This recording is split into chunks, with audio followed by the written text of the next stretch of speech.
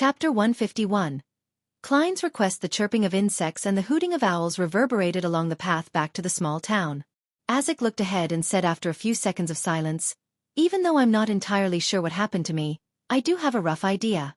Perhaps I'm someone who has lived for a very, very long time." "Mr. Isaac, you have to seriously consider if you still fit the definition of someone." Klein thought to himself, but he didn't dare to say it out loud. This wilderness, this silence, often makes one weak. I should have paid some sort of price in exchange for this long life. I've lived since the end of the fourth epoch, like a wandering spirit across the continent. Isaac's voice deepened, as if he was trying to suppress his emotions. I don't remember the past. I've forgotten about the people and things that I've sworn to remember. Klein poked at the weeds in front of him and said in thought, "Mr. Isaac, I have a theory regarding your situation." "What theory?" Isaac looked to the side. "I think that there's a cycle to your memory loss. Perhaps you die once every few decades, and your memories of the events before that vanishes. Then, after some time, you wake up from the darkness of your slumber and begin on a new phase of life. This way, we can explain why you would have such varied dreams. Those are events that you came across over your several lives," Klein described his theory. Isaac slowed down his pace, as if the darkness had grabbed onto his sleeve. He looked ahead with a turbid look before saying after a while, "That is consistent with the memories that were jolted awake just now." "Memories that were jolted awake?" Klein had an idea as he said immediately, "Mr. Isaac, you might not have to leave Tingen to search for your lost past. You'll regain your memories slowly." "Why?" Isaac turned his head in surprise. Klein smiled and said, "Your memories aren't completely gone. The parts of your memory that jolted awake just now are proof of that. Furthermore, do you remember the moment you woke up in Backland and discovered that you had forgotten all about the past?" Isaac nodded. "That's a nightmare that bothers me till this day." Klein tapped downwards with his black cane and explained in detail, "Before today, I didn't think that there was a problem with that. But your description just now, together with my own conjecture, makes it feel a little weird. You had a document of identification and enough money when you woke up from your dream. You also appeared in a way that didn't startle anyone. All of that seems like it was arranged for you, allowing you to fit into society with little effort. Then who made the arrangements? There is only one answer. The you from the past. The past you regained his memories and knew that you would have to usher in a new life. Thus, he prepared everything for you, trying his best to not let you attract suspicion from anyone else." Isaac stopped walking. He looked at the specks of light coming from the town, once again slipped into silence. "Perhaps the parents that I've been searching for were the past me all along," he sighed, admitting that Klein's deduction was very plausible. "Thus, you don't need to do anything. All you have to do is patiently wait for your memories to come back to you," Klein concluded and consoled Mr. Isaac. Isaac subconsciously waved his cane before he turned still, like a sculpture carved out of marble. After a long time, he looked into the distance and answered, Perhaps I'll only fully regain my memory when this life is nearing its end. I don't want to wait that long. I want to have plenty of time to understand and free myself from this destiny. So I have to be more proactive in searching for my past, to trigger my memories a little at a time. I have to get back my memories back before the time you hypothesized. Waiting would only make me repeat the cycle. Indeed, that's the choice worth looking forward to the most." Klein didn't advise against it. Instead, he asked, "Mr. Isaac, may I ask for your help in something trivial, other than finding the criminal that took the skull of your child and made my fate disharmonious?" Isaac nodded slightly. "What do you need me to do?"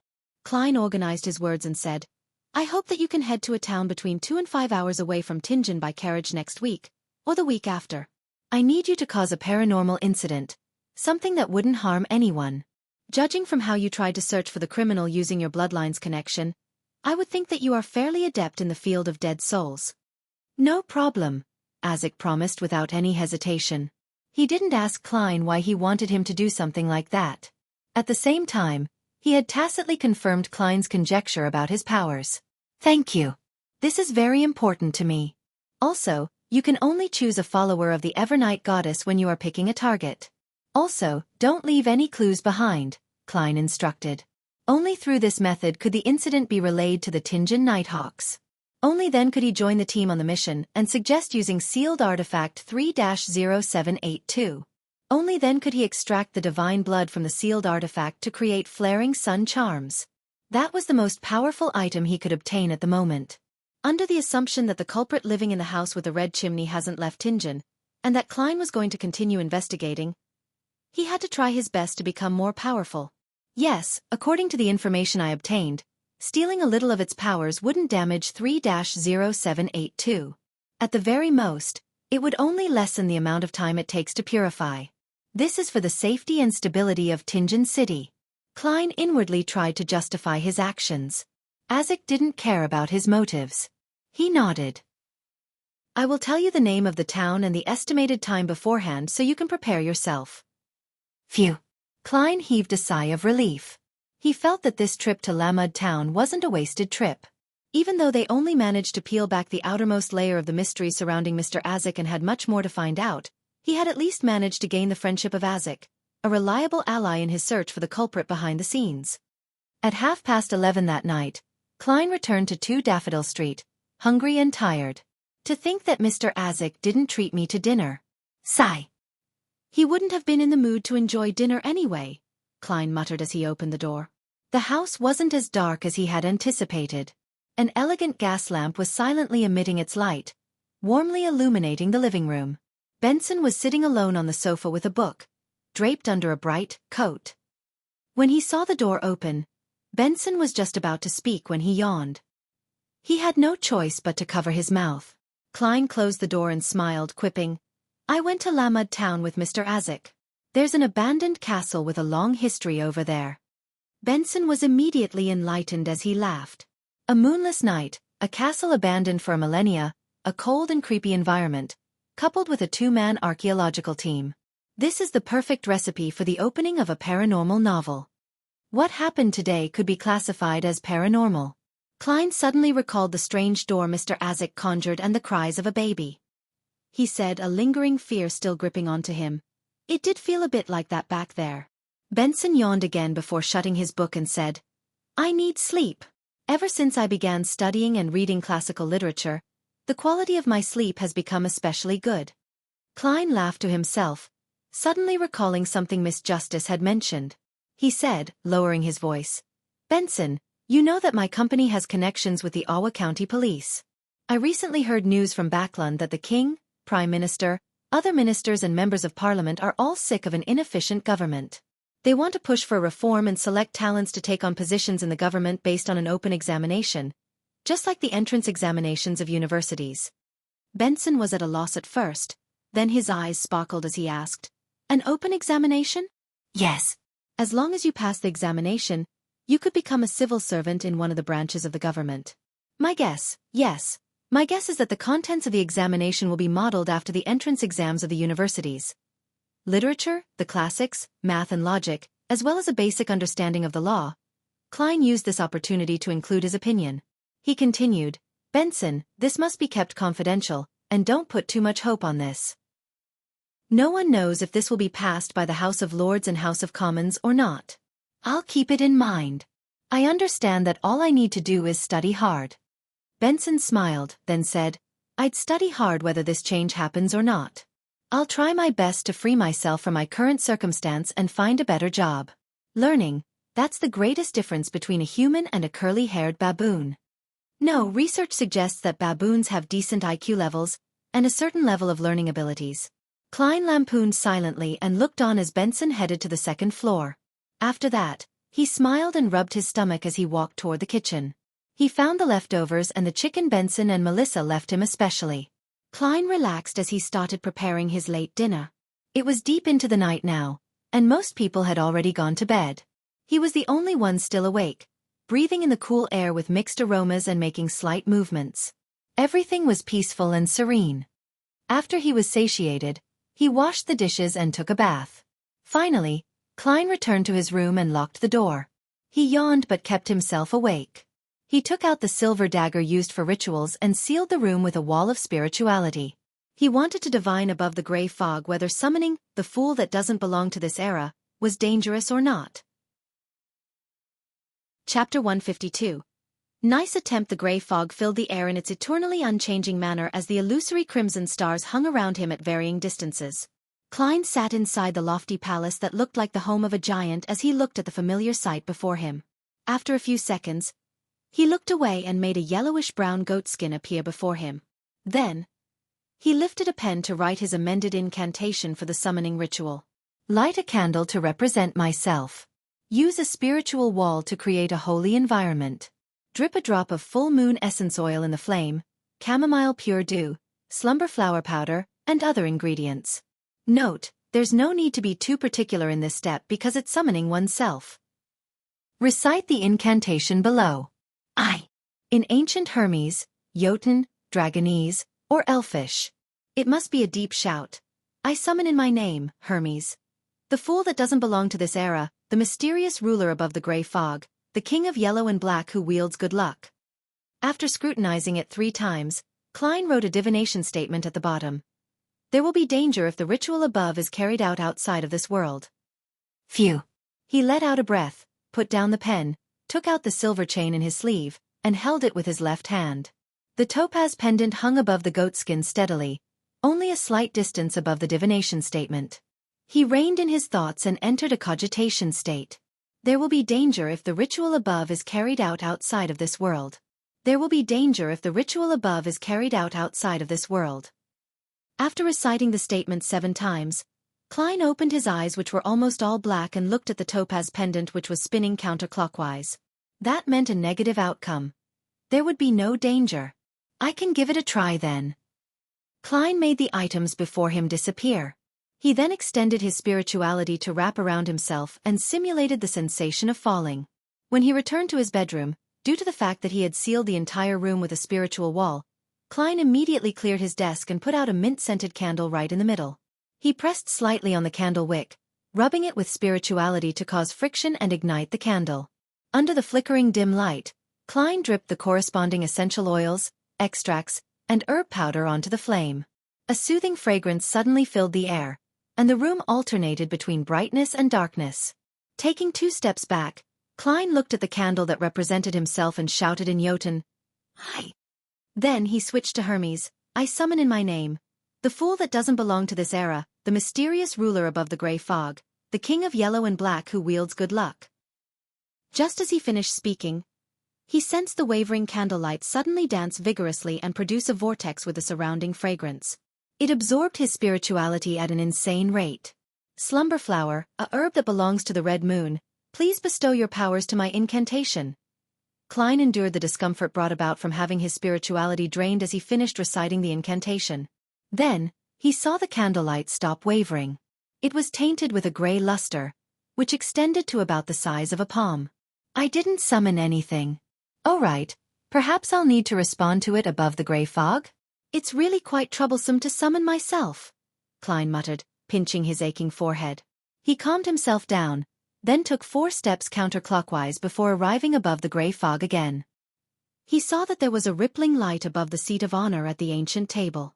It stemmed from the strange symbol at the back of the corresponding chair. The strange symbol that was made up of a pupil-less eye, a symbol representing secrecy, and contorted lines that represented change.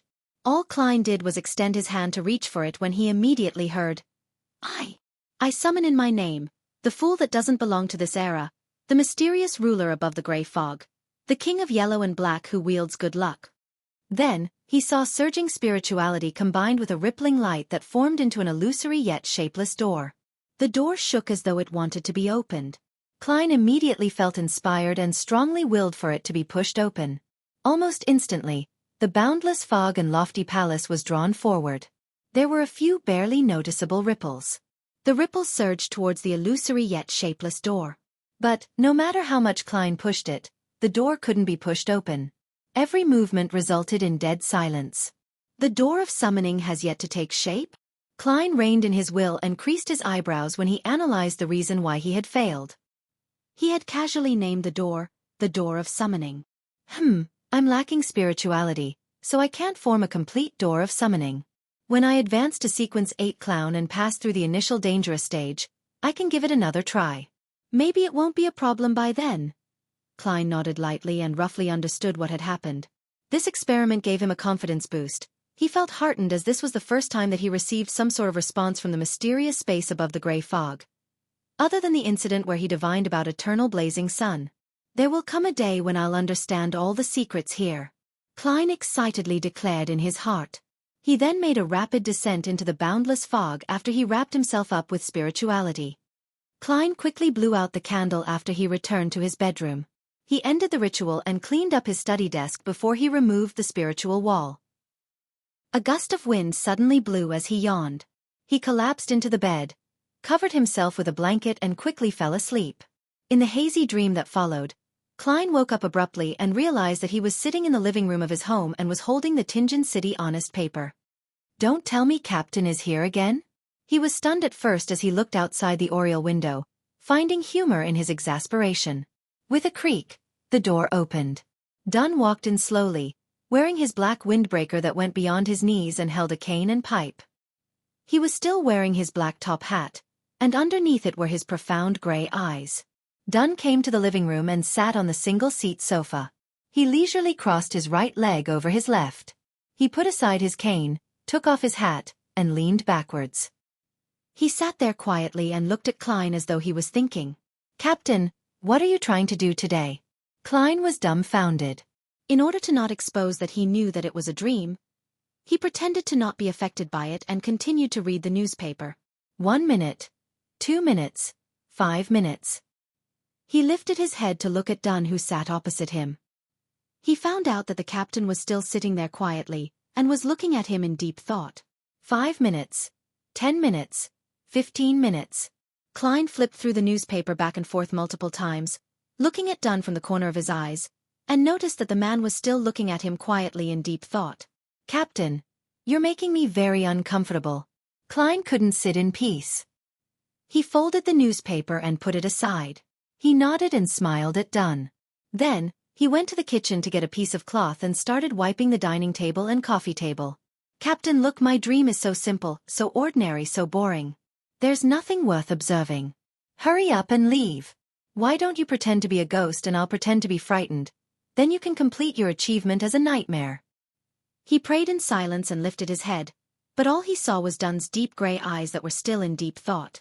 Under such a quiet and constant gaze, Klein wiped all the furniture and cleaned his room. He was so exhausted in his dream. What wore him out the most was Dunn Smith, who was watching him quietly in deep thought. Klein had no idea how much time had passed while he made himself busy until he finally saw his captain uncross his legs and stand up. Then he took his cane, put on his hat, and walked through the door. Klein held his breath and watched Dunn leave his house. He couldn't help but lift his right hand to wave goodbye. Phew! When everything returned to normal, Klein let out a breath of relief. That really was such a nightmare. He thought to himself, too preoccupied for tears. Backlund, West Backlund, Phillips Department Store. Phillips was one of the top-end department stores in the Lone Kingdom. It only opened to nobles and wealthy people who were qualified to be members. There was always luxurious carriages parked outside with different emblems printed on them. Not only was it a safe place for shopping, it also became a popular social venue due to the strict restriction on members. Audrey brought her maidservant, Annie, and her golden retriever, Susie. Under the ushering of an eagerly attentive attendant, she got off the carriage and walked through the entrance. Along the way, she saw daughters of viscounts, countesses, or maidens with parents of high social status. She maintained her elegance and greeted them all gracefully. She communicated with different nobles on different topics. For instance, when she faced a particular countess, she would compliment the fittings of the countess's dress, and when she greeted a particular baroness, she would praise the outstanding performance of the baroness's husband in the House of Lords. Audrey hadn't been good at that previously. She was too stubborn and too arrogant. But now, she didn't even need to put in much effort to respond perfectly. In a spectator's eyes, most of the emotions and thoughts of the female nobles were written on their faces. Arriving at the second floor, Audrey turned into a shop that sold ready-made dresses. The attendant in the shop was a petite maiden. She wore a black and white dress and had shoulder-length blonde hair. She was the arbiter, Xiao Dari Cha. Audrey gave Susie a look without changing her facial expression. The dog understood what her owner meant immediately and ran to another counter. Maidservant Annie went after Susie to try to drag her back. Well done. Audrey complimented inwardly and walked next to Xiao Dari Cha, pretending to look at the variety of dresses. Why did you arrange to meet me here for? Xiao inquired with a whisper while she loudly introduced the dresses. Her voice was tender, just like a child's. Where's the original attendant? Audrey asked in reply instead of answering her. Xiao looked around and said, I convinced her. She was happy to rest for the morning. Audrey looked at the different style dresses while she took out a piece of neatly folded paper from her lamb leather handbag and secretly passed it to Xiao. Rear Admiral Hurricane, Kalangos, has snuck into Backlund. This is his portrait. I hope you can find him for me. Oh, and don't alert him. Xiao received the piece of paper and unfolded it to take a quick glance. She saw that it was a lifelike portrait of a man in his 30s that had a unique broad chin. I was once constantly praised by my art teacher. Audrey stole a glance at Xiao and lifted her head. She added, the kingdom offers a reward of 10,000 pounds for Kalangos. If he were to be arrested, even the person that only provided clues would definitely be awarded with a few £100.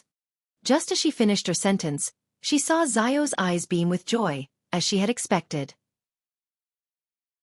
Chapter 153. Final act of laying the foundation. A unique wide jaw.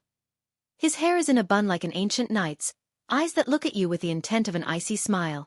Xiao Dericha was half slumped on the sofa as she scrutinized the portrait that Audrey had handed to her.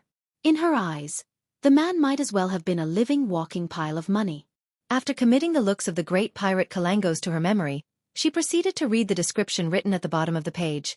Brown hair, dark green eyes. The portrait can only be used as a general reference as the target possesses the ability to transform into another person. It is unknown how long he can maintain the transformation. The portrait can only be used as a reference. The target possesses the ability to transform into another person. Only as a reference, transform into another person. Then why did I spend so much time memorizing his facial features? Xiao wore a dazed look, as if it was the first time she had witnessed the evil intentions the world had for her. She looked up and saw Fur's wall slumped languidly in a sofa across from her. She seemed to be muttering to herself, there's no way to look for this person. We don't know what he looks like. All we know is that he's not from Backlund. There are far too many foreigners who come into Backlund every day. Furs attempted to sit up, but failed even after 3 tries. I'm only an apprentice, not an arbiter, she pouted as she placed her hand on the armrest of the sofa, successfully pulling herself up into a sitting position. Does that lady think that we are prophets? Furs jested. Xiao was about to answer when she realized that there were still footnotes she hadn't gone through yet. She recited them out softly. The suggested ways of searching are as follows. 1. Kalangos has an evil object with him. It needs to devour the flesh, blood, and soul of a living person every other day. You can consider looking for missing vagrants. 2. Search for Kalangos's information thoroughly and build a profile of his unique hobbies and behaviors. 3. A person's facial features might change, but as long as he hasn't received any special training, he will often act like himself, such as the things he prefers to eat, his gait, actions he's used to performing, and many other details. Furs nodded as she listened. Miss Audrey isn't the innocent, naive teen that the rumors about her suggest. She has a meticulous heart and a calm sense of observation. Is that so? Xiao asked, doubtful. She didn't expect an answer as she changed the topic by suggesting, I'll be in charge of gathering the information. Can you consolidate that pile of gold pounds? No. That admiral's hobbies and unique traits? Furs opened her eyes wide open and shook the steel box containing her cigarettes. How can you bear to do this? How can you bear to make a dainty, sensitive author do consolidation, analysis, and deduction? Xiao shot her good friend a glance as she exuded an air of authority without realizing it. There's an interesting paragraph on deduction in your Stormwind Mountain villa. Furs pulled her shoulders back and lowered her head. She looked at the coffee table as she said, Do you know how much of my hair I pulled out, how much sleep I lost, just for that paragraph? She quickly lifted her head and looked at Xiao Dericha, then lowered her head once again and grumbled, Life is short. There are too many things that we need to do. Why must we waste our time on such uninteresting menial tasks? That's very reasonable. Xiao nearly nodded in agreement. She fought hard to keep her authority as an arbiter. Then do you have any other ways to solve this problem? She suppressed her voice, making her childlike voice sound deeper. Furs thought for nearly 20 seconds before looking up suddenly. We can hire a professional.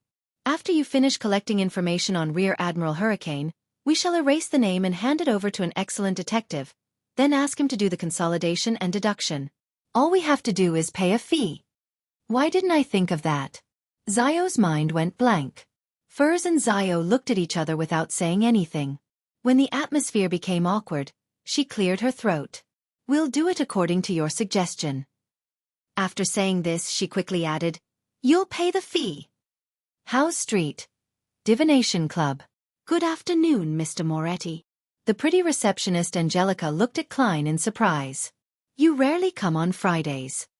Exhausted from searching for the house with the red chimney, Klein smiled and said, Fate never repeats itself indefinitely. It always brings us some surprises. He was in the area, and the time had expired on the carriage he rented. Thus, he came for a cup of black tea and some rest. Furthermore, this would serve as the final layer of the foundations. With the new experience at the Divination Club, he would logically mention the application to Dunn Smith. Your words are always so philosophical, Angelica praised. Klein thought for a moment before saying with deliberation, I might not come to the Divination Club too often in the future, so you need not recommend me to others anymore. He had already digested his potion, so he had to advance towards a new goal. Why? Angelica said in shock and puzzlement. You've already made a name for yourself in the club. Most people know that your divinations are very accurate and miraculous. In fact, we were considering getting you to come in on Sundays as a lecturer. If I was paid £1 for every divination I perform, then I would keep doing this regardless of how tired I was. Besides, I still have to investigate the houses with red chimneys and find the culprit as soon as possible. Klein smiled warmly. Madam, do not convince me to stay. This is the arrangement of fate. I won't stop coming to the Divination Club entirely. It's just that my visits will become less frequent. I'll still pay the membership fees on time. I can get reimbursed for it anyway. I will come down occasionally to monitor the place. Klein added in his heart. How regretful. I hope that you will be at the club when I happen to be lost. Angelica sighed. She realized that this wasn't as surprising as she imagined after the initial shock had passed. Perhaps such a miraculous seer that still respected fate wasn't someone who could be held back by a club in Tingen. Angelica smiled, as if thinking about something. Sigh black tea. Yes. Klein returned a smile. He spent about 20 minutes in the club, spending the time resting, finishing his black tea before leaving the club.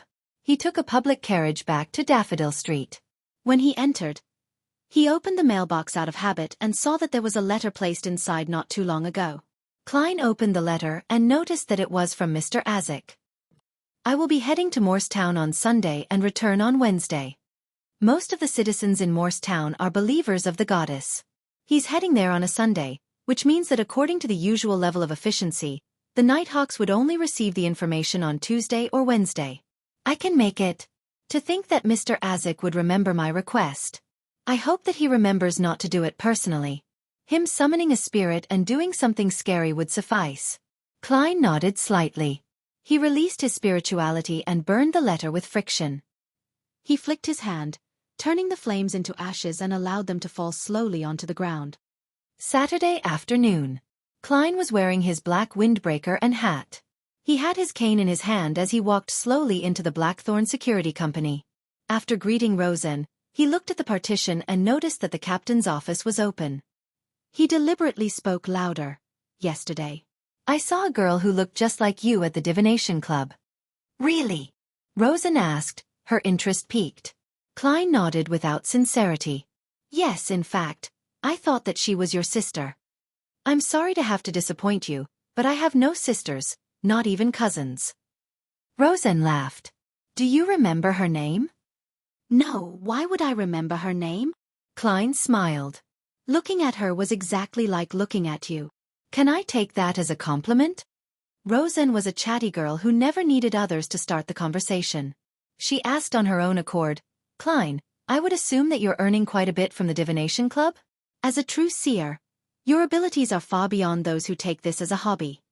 We would still be good colleagues if you didn't mention this. Klein coughed. A seer has to be respectful of fate. We cannot use divination to ask for abnormal privileges. Are you concluding your own maxim for a seer? Rosen asked out of curiosity. Yes, Klein answered frankly. After a brief chat, Klein said goodbye to Rosen. He took his hat and walked toward the partition. Knock, knock, knock. He looked at Dunn Smith, who was drinking his coffee, as he knocked on the open door. Please come in. Dunn looked up at Klein and adjusted his posture immediately. Klein had already probed the captain over the past 2 days. He confirmed that Dunn Smith hadn't mentioned the acting method, as he was trying it out. It was clear that he was also cautious of the higher-ups of the church. Thus he closed the door and sat across from Dunn. He said with a serious yet slightly excited expression, Captain, I believe that I have completely grasped the seer potion. I wish to submit a special application. Chapter 154. Sharing experience. As he looked into Klein's eyes, Dunn took a deep breath and leaned back. Then, he slowly exhaled as he spoke. Are you certain? There were minor changes in his facial expression. He seemed to be well prepared for the special application, but he hadn't expected it to be so soon. Captain, why do you look relieved? Klein didn't conceal his smile as he said, I'm certain, Captain. When you fully master a potion, you'll feel a very special and magical sensation. You'll have no doubt that you've fully mastered the potion. Special magical feeling. Dunn muttered those words softly and his eyebrows slowly knitted together. Huh, the captain advanced twice without fully digesting the potion? Of course, if he didn't know about the acting method, it would be difficult to fully digest it. He must have used a prolonged period of time to break it down and was subconsciously acting to minimize the risk of losing control. Poor captain. Klein quietly looked at Dunn Smith, but he didn't speak or say anything further so as to allow Dunn to think carefully. After almost a minute, Dunn's deep eyes reflected Klein's figure once again. He weighed his words before he said, maybe it would be a better option to wait another year. What the captain means is that waiting another year would make it less conspicuous. With the example that Madame Daly set for me, the higher-ups wouldn't pay too much attention to me. At most, I would only be put on a list for observation, Klein thought and answered frankly. At first, I wanted to wait until next year to send in my special application. After all, there are too many things that I need to master. For instance, my combat arts is only at the beginner level.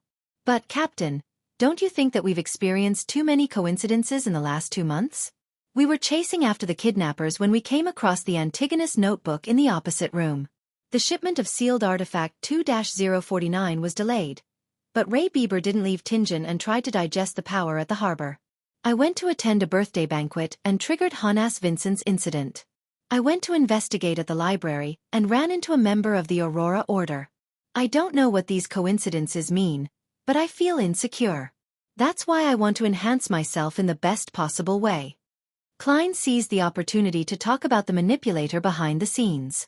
It was something he had planned to include in his schedule. Without exposing his uniqueness, he would remind the Nighthawks to make them search for more clues from different angles. What he said earlier would only lead the other Nighthawks to conclude that Klein had a discerning mind and was good at organizing his thoughts. The moment Klein said the word "but," Dunn's body leaned forward. In the end, he steepled his fingers in front of his mouth. He fixed his gaze and remained quiet, seemingly thinking about what Klein had said. After a while, Dunn lifted his head and said in a mellow and deep voice, "Very perceptive. Perhaps there really is something lurking in the dark." Without waiting for Klein to speak, he instructed, "You can submit the special application." "All right." Klein lifted the corner of his lips when he answered. He got up with a smile and walked towards the door. As expected, he heard a familiar additional remark. "Hold on," Dunn called out. He weighed his words and said, "Take note of your choice of words." "Don't worry, Captain. I place a far greater importance on this matter than you do." Klein nodded in agreement with a smile. At first, he thought Dunn would propose that they avoid going through the Holy Cathedral and instead advance to Sequence 8 in secret. Then they could go through the normal procedure after 3 years. However, after he thought it through, he realized that it was impossible. Regardless of whether it was through a special application or a normal application, the person who was going to advance still had to be investigated by the Holy Cathedral. The only difference was that one method was relatively simple and the other was more complicated. If he had become a Sequence 8 in secret, then it could put the entire Tingen Nighthawks in trouble. Since Klein was finished with his mysticism lessons, he didn't go to the basement in a hurry but walked to the clerk's office next door after leaving the captain's office. He found a man and a woman sitting in the office. The man was in his 30s and the woman was in her 20s. They were the two newly added members. They were surprised when Klein entered. Then they smiled and nodded in greeting. They were curious and in awe of the Beyonders that they worked with. Klein didn't chat with them but found an empty desk and began writing a draft for the special application. As he already had a draft in his head, it only took about 10 minutes to complete his initial work. After reading it a couple of times and amending parts of it, he sat before the Ackerson Model 1346 typewriter and started typing his draft onto a document. Listening to the tapping of the keyboard, the two new clerks exchanged looks and stood up simultaneously. They left the office and went to the reception hall to chat with Roseanne, allowing Klein to have some privacy. Very careful and fully aware of the need to maintain secrecy, Klein stole a glance at their receding figures as he complimented them. He focused on his work again and continued tapping on the typewriter. Just as he was going to complete his special application, Leonard Mitchell came out of the restroom. He looked around while he buttoned his shirt. There was an unrestrained beauty in his messy hair. "What's the report you're writing?" Leonard looked around the clerk's office as he leaned against the doorframe with his right foot tiptoed to balance himself and his hands tucked into his pockets. His green eyes examined Klein with interest. Klein typed the last word and the last punctuation mark. He then turned his head and smiled. "Special application." "Special application?" Leonard asked, puzzled. Klein picked up the paper and skimmed through it quickly. He casually explained, "A special application to advance to sequence 8. Cough, cough, cough. Leonard suddenly coughed vigorously. He calmed down and asked, "Digest? Bro, you know quite a bit." Klein held his special application and walked before Leonard. He lifted an eyebrow and said, "Yes." Then he looked into his eyes and added softly with a chuckle, "I remember someone told me once that there are some people who are special, people who can do things that others can't. Such as me. Such as you." Leonard was suddenly at a loss for words. He could only change his standing posture and take his hands out his pockets to cross them in front of his chest. He opened his mouth and finally organized his words. He asked in a low voice, "Don't you think that it's too risky?" As he already knew about digesting, he definitely understands that my advancement has no risk of losing control. Is he referring to the attention from the higher-ups in the church? Klein explained while in thought. "Leonard, do you remember the first task that we worked on together? We were merely tracking kidnappers, but we realized that the room opposite had clues about the Antigonus family's notebook." He repeated what he mentioned to Dunn once more. Leonard's expression grew heavy, and he nodded in agreement slightly. He muttered to himself and said, "Maybe, I have to hurry up." Just as he finished, he suddenly looked at Klein and flashed a smile as he said, "Aren't you going to share your experience with us? The experience to quickly grasp a potion and avoid the risk of losing control. This guy sure can put on a facade quickly." Klein smiled and answered, "I'm more than willing to."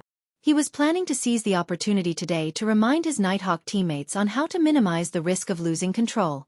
Of course, to maintain his personal safety, he couldn't say it as straightforwardly as he did to Dunn Smith. At most, he could describe the idea vaguely, in a way that wouldn't alert anyone who was sent down by the higher-ups. "Let's do it now then." Leonard impatiently dragged Klein to the Nighthawk's recreation room. At that very moment, other than Royale who was taking her shift at Cheney's Gate, Fry, Kenley, and Sikatron were there playing cards. Everyone. Leonard knocked on the half-closed door and spoke as if he was reciting a poem. "Let me introduce this man next to me, Mr. Klein Moretti, who has fully grasped his potion in a month and a half." This guy is so dramatic. Klein suddenly felt awkward. What? Even Sikatron, the author who wasn't famous and barely sold any books, cocked her head sideways as though she was testing her hearing ability. "Leonard, don't joke around. You're always exaggerating things." Kenley covered his cards helplessly. Fry held his cards as he looked at Klein. He kept quiet for a while and said, "Are you sure that you've already fully grasped the potion?" "Yes." Klein could feel his concern and he nodded confidently. There was an obvious indication. "What? Really?" Kenley shouted a delayed response and stood up. Leonard chuckled and pointed at the paper in Klein's hands as he said, "This is the special application that he's going to hand in. The special application to advance to sequence 8. How did you do it?" Sikatron had many questions, but she only voiced the one that concerned her the most after taking a deep breath. She was normally quiet and elegant, but now she had a burning passion in her eyes that couldn't be suppressed. Klein found a chair and sat down. He lowered his voice and answered, "I found inspiration from the maxim of the mystery priors. Do as you wish, but do no harm?" Leonard supplemented. "Yes. According to our confidential information, following this maxim gives the mystery priors a lower probability of losing control." Klein explained what he learned from old Neil. "After that, Madame Daly's example gave me a better understanding of the process." "Spirit medium Daly?" Kenley asked in reply, hoping to gain confirmation. "Yes. Madame Daly has handed in a special application before. She only used 2 years to become a spirit medium from corpse collector. She once told old Neil that she wanted to be a real spirit medium," Klein explained in detail. "With the experience I gained in the divination club and corresponding feedback that I've received, I gradually concluded my seer principles. Then I followed it strictly and tried to become a real seer. When I did so, I realized that the speed at which I grasped the potion became faster." As they listened to Klein's recount, Fry, Sika, and the rest fell into deep thought. Even Leonard pretended to be thinking. "I'm going to hand in my special application." Klein waved the paper in his hands. "If you have any problems, do ask me privately." "All right," Fry replied coldly with a nod. Klein left the recreation room and knocked on the door to the captain's office again. He sat down opposite to Dunn, then took up a pen and ink pad. He signed and stamped his thumbprint. "Captain, this is my special application." After that, he passed the paper to Dunn with both hands. Dunn looked through it carefully and put down the application. "I'll submit it to the Holy Cathedral as soon as possible. You should be prepared to be examined. Perhaps next week or the following week." "All right." Klein took a deep breath and nodded seriously. He stood up, exited the captain's office, and closed the door behind him. During the process, he thought about the application that he had sent in. There was a thought that popped up in his head. "I wonder what kind of examination it will be." Chapter 155. Urgent meeting. After collecting himself, Klein went down to the basement and walked to Cheney's gate. He knocked on the door to the guardroom. Inside, Royale Raydeen had already packed her personal belongings. She immediately smoothed her hair and stood up when she saw the person taking over her shift.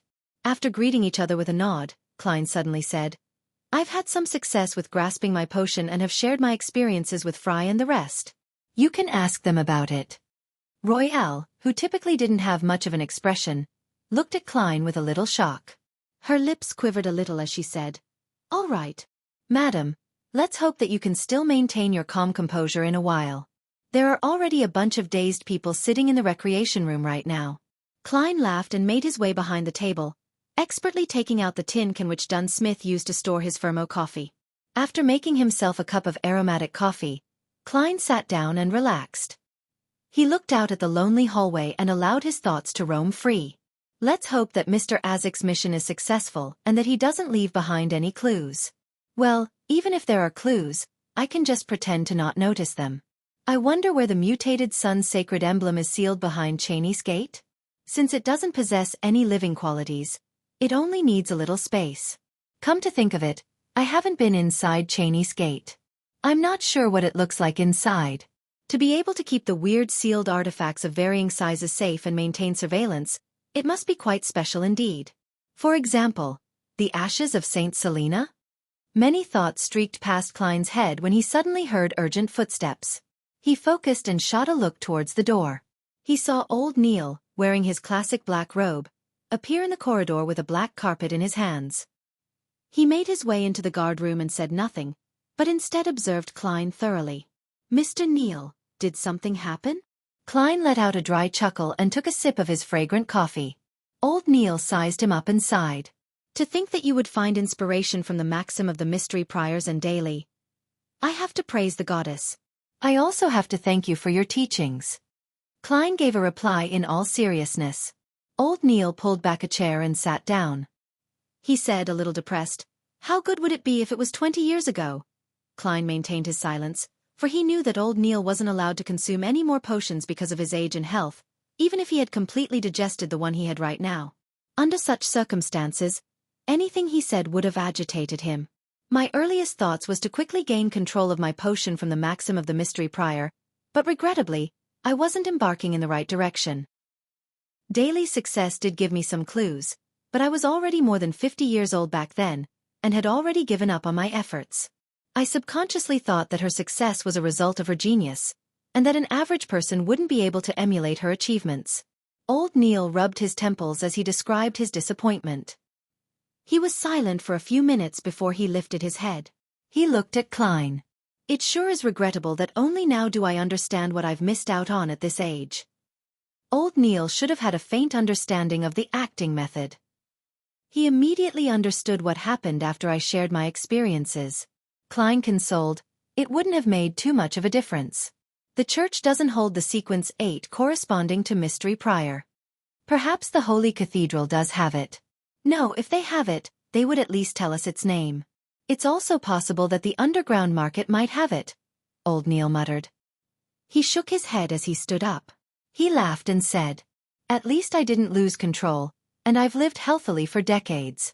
Praise the lady. He drew a crimson moon in front of his chest and left the guardroom a little dejected. He had lost his usual shrewd look. Klein looked at Old Neil's back and suddenly let out a long sigh. He was even more perplexed as to why the higher-ups of the church would hide the acting method. Klein collected himself after some time, placing his attention on the confidential information of the Nighthawks in front of him. Ever since he pulled the youth from the City of Silver into the Tarot Club and learned that the City of Silver still used the ancient names for many things, he found it necessary to enhance his knowledge in these areas. Some time later, he heard another set of footsteps. These footsteps were slow and steady. At the same time, an image of Dunn Smith wearing a black windbreaker flashed past his mind. My spiritual senses have been elevated after fully digesting the seer potion. Klein nodded in understanding. He saw the captain a few seconds later. A letter for you. Dunn extended his right arm and flicked his wrist, tossing the letter over to Klein. Klein lifted his hand and tried to grab the letter, but be it his judgment or reaction, he missed. Pah! The letter fell onto the floor, leaving Klein's right hand extended awkwardly in the air. Under the suddenly silent atmosphere, his right hand first became rigid, then he pulled it back toward his head and pretended to smooth out his hair. The light from the gas lamp isn't bright enough, Klein made a perfunctory statement casually. He bent his back and picked up the letter, giving it a cursory glance. Mr. Hornacis. It's a letter from Daxter Guderian. He nodded in understanding and pulled open a drawer to retrieve a letter opener. According to the rules of the Nighthawks, if there was a clear and correct recipient, Roseanne and the rest of the clerks would give the letter directly to the person that the letter was addressed to. If the recipient was anonymous or an unknown name, it would be handed over to Dunn. He could then ask around or make a decision. Klein carefully pried open the letter and took out the piece of paper within. He quickly unfolded the piece of paper and read through it. He realized that the asylum doctor, Daxter, was asking for an urgent meeting at 2 in the afternoon today. Has he obtained the telepathist formula? Or is it regarding something else? Klein lifted the letter in his hand and looked at Dunn. Captain, my informant, the one from the psychology alchemists, wishes to meet me at 2 in the afternoon. Did he say anything else? Dunn asked, as if he was expecting this. No. Klein shook his head. Dunn thought for a moment, then said in a heavy voice, Get Leonard to watch over Cheney's gate for the time being. I'll go with you and hide somewhere. These urgent requests to meet could sometimes be a trap. I've heard of many similar incidents. Furthermore, if it's something important, we can act quickly. Captain, you sure are experienced. Not to mention being the most reliable, trustworthy captain without memory issues whenever we have something serious to do. Klein immediately nodded. All right. At 2 in the afternoon. Inside the small shooting range 9 of the Zutland Street Shooting Club. Klein looked at the target that was covered in bullet holes, then glanced at the uneasy Dr. Daxter Guderian. What happened for you to look for mercenaries at the Hound Pub in such a fluster? Only by doing so would the boss of the Hound Pub, right? Hand the letter immediately to the Blackthorn Security Company instead of waiting for Klein to collect it himself. Daxter observed Klein's expression and body language, then responded softly, I find Hood Eugen a little abnormal recently. Hood Eugen was the patient from the mental asylum that had roped Daxter into the psychology alchemists. What sort of abnormalities has he exhibited? Klein pressed, displaying his professionalism. Daxter heaved a sigh of relief, as if he had found a pillar of support. He said while deliberating his words, he seems to have really gone insane. Really gone insane? Klein asked in shock. Didn't Eugen feign his illness and infiltrate the mental asylum to attempt to influence the patients in order to train his mental abilities? He had really turned sick. Genuine insanity? I think so. Daxter paced around anxiously. I could hold a normal conversation with him in the past and receive guidance on how to correctly use my Beyonder powers. But in the past few days, his thought processes and his condition has become really weird. I can barely communicate with him. He was just like my other patients even though I've managed to get the telepathist formula as a result. But I cannot determine if it's real or fake. I'm afraid that there might be some uncontrollable changes that might occur. No matter. As a seer who has the mysterious world above the gray fog, I'll be able to determine if it's real or fake. Klein heaved a sigh of relief before creasing his brows and asking, did he come into contact with anyone before he turned abnormal? Only the patients. I cannot guarantee that though. I'm not in the asylum for the whole day. I also need time to rest, Daxter said, his expression serious. Klein nodded, as if it was something trivial. Don't worry. I'll send someone to protect you in secret. You should find out who Eugen has come into contact with as soon as possible. Also, you have to be careful. He might be testing you. You should also report this to the members of the Psychology Alchemists, and see how the higher-ups of your organization react. All right. Daxter propped up his golden spectacles, recovering the calm of a spectator. He then took out a piece of paper from his pocket and handed it over to Klein. This is the formula for the telepathist potion, but I cannot guarantee its authenticity. We will verify it. Klein smiled in response. He unfolded the piece of paper on the spot and looked at it. Main ingredients: the complete pituitary gland of a mature rainbow salamander, 10 milliliters of spinal fluid from a Farsman rabbit. Supplementary ingredients: chestnut spore 5 grams, dragon tooth grass powder 8 grams, 3 petals of pure white elf flowers, pure water 100 milliliters. Excellent, Klein praised. He folded the piece of paper and stuffed it into the inner pocket of his tuxedo. After exchanging a few more words and ascertaining that the voices which Daxter was hearing were subsiding, Klein bade him farewell. He cautiously made his way to the shooting range reserved for the Nighthawks. Dunn Smith was waiting inside. Captain, the informant gave me the telepathist formula to thank me for helping him control the side effects of the potion, but he cannot determine the authenticity of the potion. Klein handed the piece of paper to Dunn with a stern expression. Furthermore, he mentioned something else. Dunn read the formula as he listened to the concerns about Eugen. After that he nodded. I'll immediately assign manpower to keep the mental asylum under surveillance. You haven't had professional training when it comes to these matters and don't participate in this. Go back and guard Cheney's gate.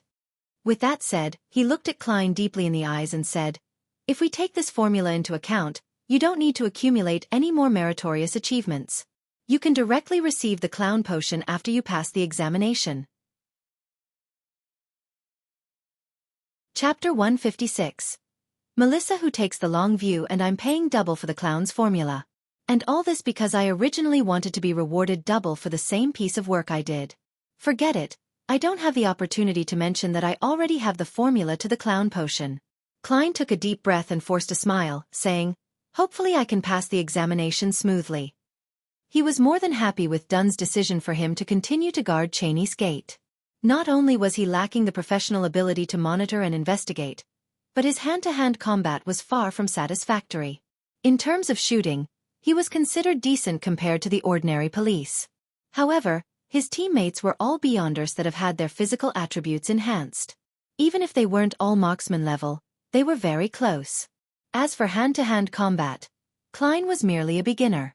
Even with a slumber charm, a repose charm, and a dream charm, he was still considered a support class Beyonder. It would be easy for him to deal with ordinary people, but he would be in danger if he were to come across any Beyonders who were adept at combat. Until I advance to Sequence 8, become skilled in technique-based battles, and master a handful of spells, I can only complete normal supernatural missions on my own. If I successfully steal the power of sealed artifact 3-0782 and make flaring sun charms, that will be even better. It won't be impossible for me to win from a position of an underdog. Klein thought hopefully as he slowly walked back to the Blackthorn Security Company. The next morning when he ended his shift and left Cheney's Gate, the Nighthawk still hadn't obtained any useful information from monitoring Hood Eugen. For now, they had to place their hopes on their informant's internal investigation.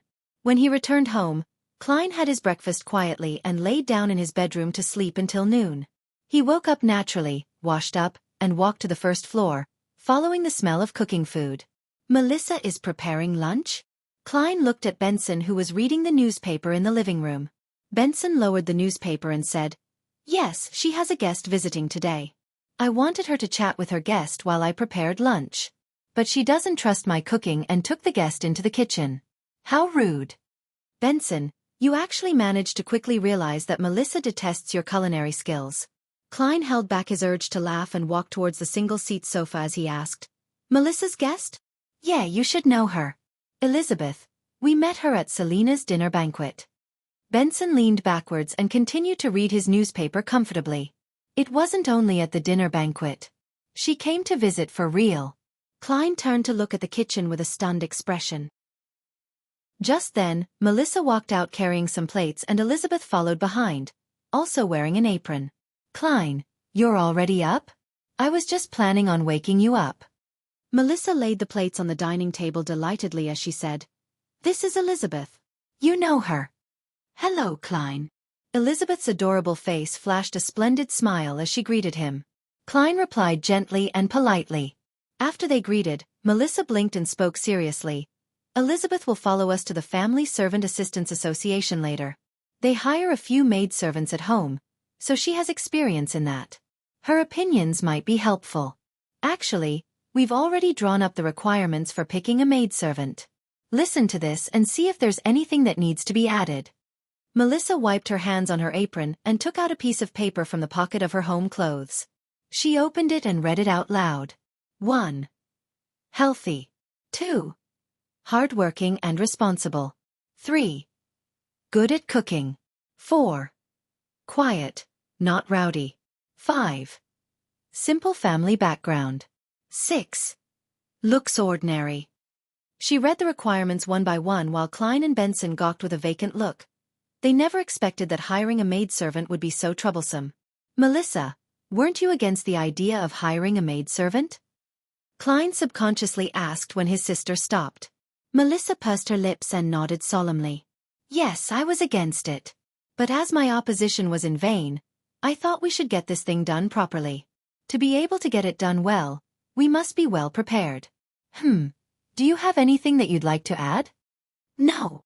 Klein and Benson shook their heads in unison, causing Elizabeth to laugh. After lunch, the four of them took a public carriage to the Tingen Family Servant Assistance Association on Champagne Street. It was similar to domestic help firms that Klein knew of from his previous life, but it was also a little like a charity. They recorded the personal information and job requirements of different maidservants so that the clients could make their selections more easily, while maximizing the maidservants' chances of employment. Part of the organization's funding came from charity organizations, and some came from a percentage of the payment provided by employers. Upon entering the association, Klein and company were greeted warmly. A young lady in a pale yellow ruffled dress led them to some sofas. She smiled and asked, "How may I help you?" Benson, who was pushed forward by his brother and sister, said, "We need to hire a maidservant." "Do you have any requirements?" the young lady asked like clockwork. Benson recalled his siblings' lack of faith in his culinary skills as he said sincerely, "Good at cooking." "Good at cooking?" The young lady creased her eyebrows and said, "To be frank, there are no excellent cooks among the maidservants. Why not hire a chef instead? If you need a female chef, we have quite a number of them in the association." "There is no one who is good at cooking among the maidservants." Melissa couldn't help but cut in as her initial plan was set back. The young lady nodded and answered affirmatively. "The maidservants are either the daughters of lower-class laborers or girls from the villages. They have few opportunities to learn culinary skills. Even after the simple training provided by the association, the most we can guarantee is that their food won't make people sick." Melissa fell silent, finally realizing what it meant to have situations outpace her plans. "That is regrettable." Benson thought, reorganizing his words, he said, Maybe we can amend our requirement to a maidservant who is willing to and is capable of learning to cook. Not bad. Benson is quick-witted. There's no need for me to interject. Klein sat by the side, holding his cane and hat comfortably. No problem. During cooking training, we took note of girls who had outstanding performance, the young lady replied with a professional smile. Any other requirements? Yes. Benson felt the burn of Melissa's gaze. He swallowed his saliva and took out the piece of paper from his pocket. He then read the items one by one. The young lady listened quietly and only responded after quite a while. I'll first check through the records and recommend some maidservants that fit the criteria. You don't have to decide immediately. You can pick 2 to 4 of them. Then, I will bring them each over to cook for you once. You can decide who to employ then. Of course, you will have to pay the association some extra fees, and you will also have to prepare your own ingredients. All right. Benson folded the paper and nodded politely. The young lady stood up and walked towards the office, but she turned around after taking 2 steps. She smiled and said, "Can you pass me that paper? I'm worried I will forget some of your requirements." No problem. Benson held back his urge to laugh when he answered. After a while, the young lady in the pale yellow dress came out with a stack of documents and passed them to Benson. The information had each of the maidservants' real name, birth date, family situation, facial description, health status, past experience, related traits, expected salary, and other information. Seizing the opportunity when Benson and Melissa were reading the information, Elizabeth got closer to Klein and asked softly, "Don't you have any requirements?" "Yes, but this information isn't specific enough," Klein answered perfunctorily. Elizabeth got even more interested. "How would you choose?" Klein smiled and pointed at the hidden pendulum in his left sleeve. "I would divine the best person to become our maidservant by writing down a corresponding statement about each candidate and eliminating them one after another." Elizabeth was stunned, nodding vacantly after nearly 20 seconds.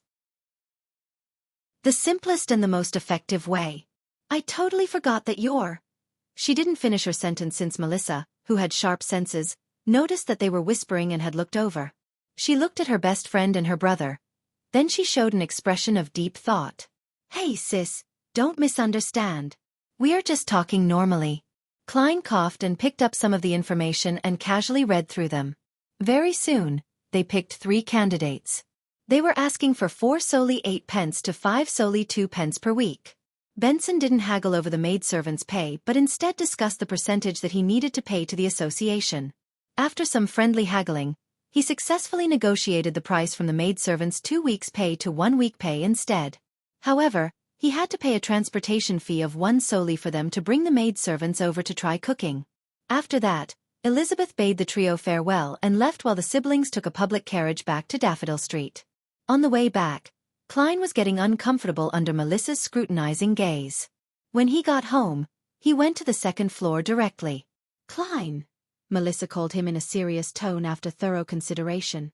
She said, "If you want to get engaged with Elizabeth, you have to work harder. Her father is an important businessman, and her mother is the daughter of a baron." "Wait, engaged? When did this happen?" Klein looked at his sister in confusion. How far-reaching is her concern? Chapter 157, Item of his Dreams. "No, we are not." Klein didn't have the chance to retort before Benson interrupted with a smile. "Although Elizabeth is indeed a little young and her family is much more outstanding than ours, I find the 2 of you quite suitable for each other. But you might have to wait a few more years. She is still studying at a public school and wants to enter university. Marriage should be something to consider only 6 to 7 years later. Of course, you can get engaged sooner than that. Can you guys not think that far ahead?" Klein took in a deep breath.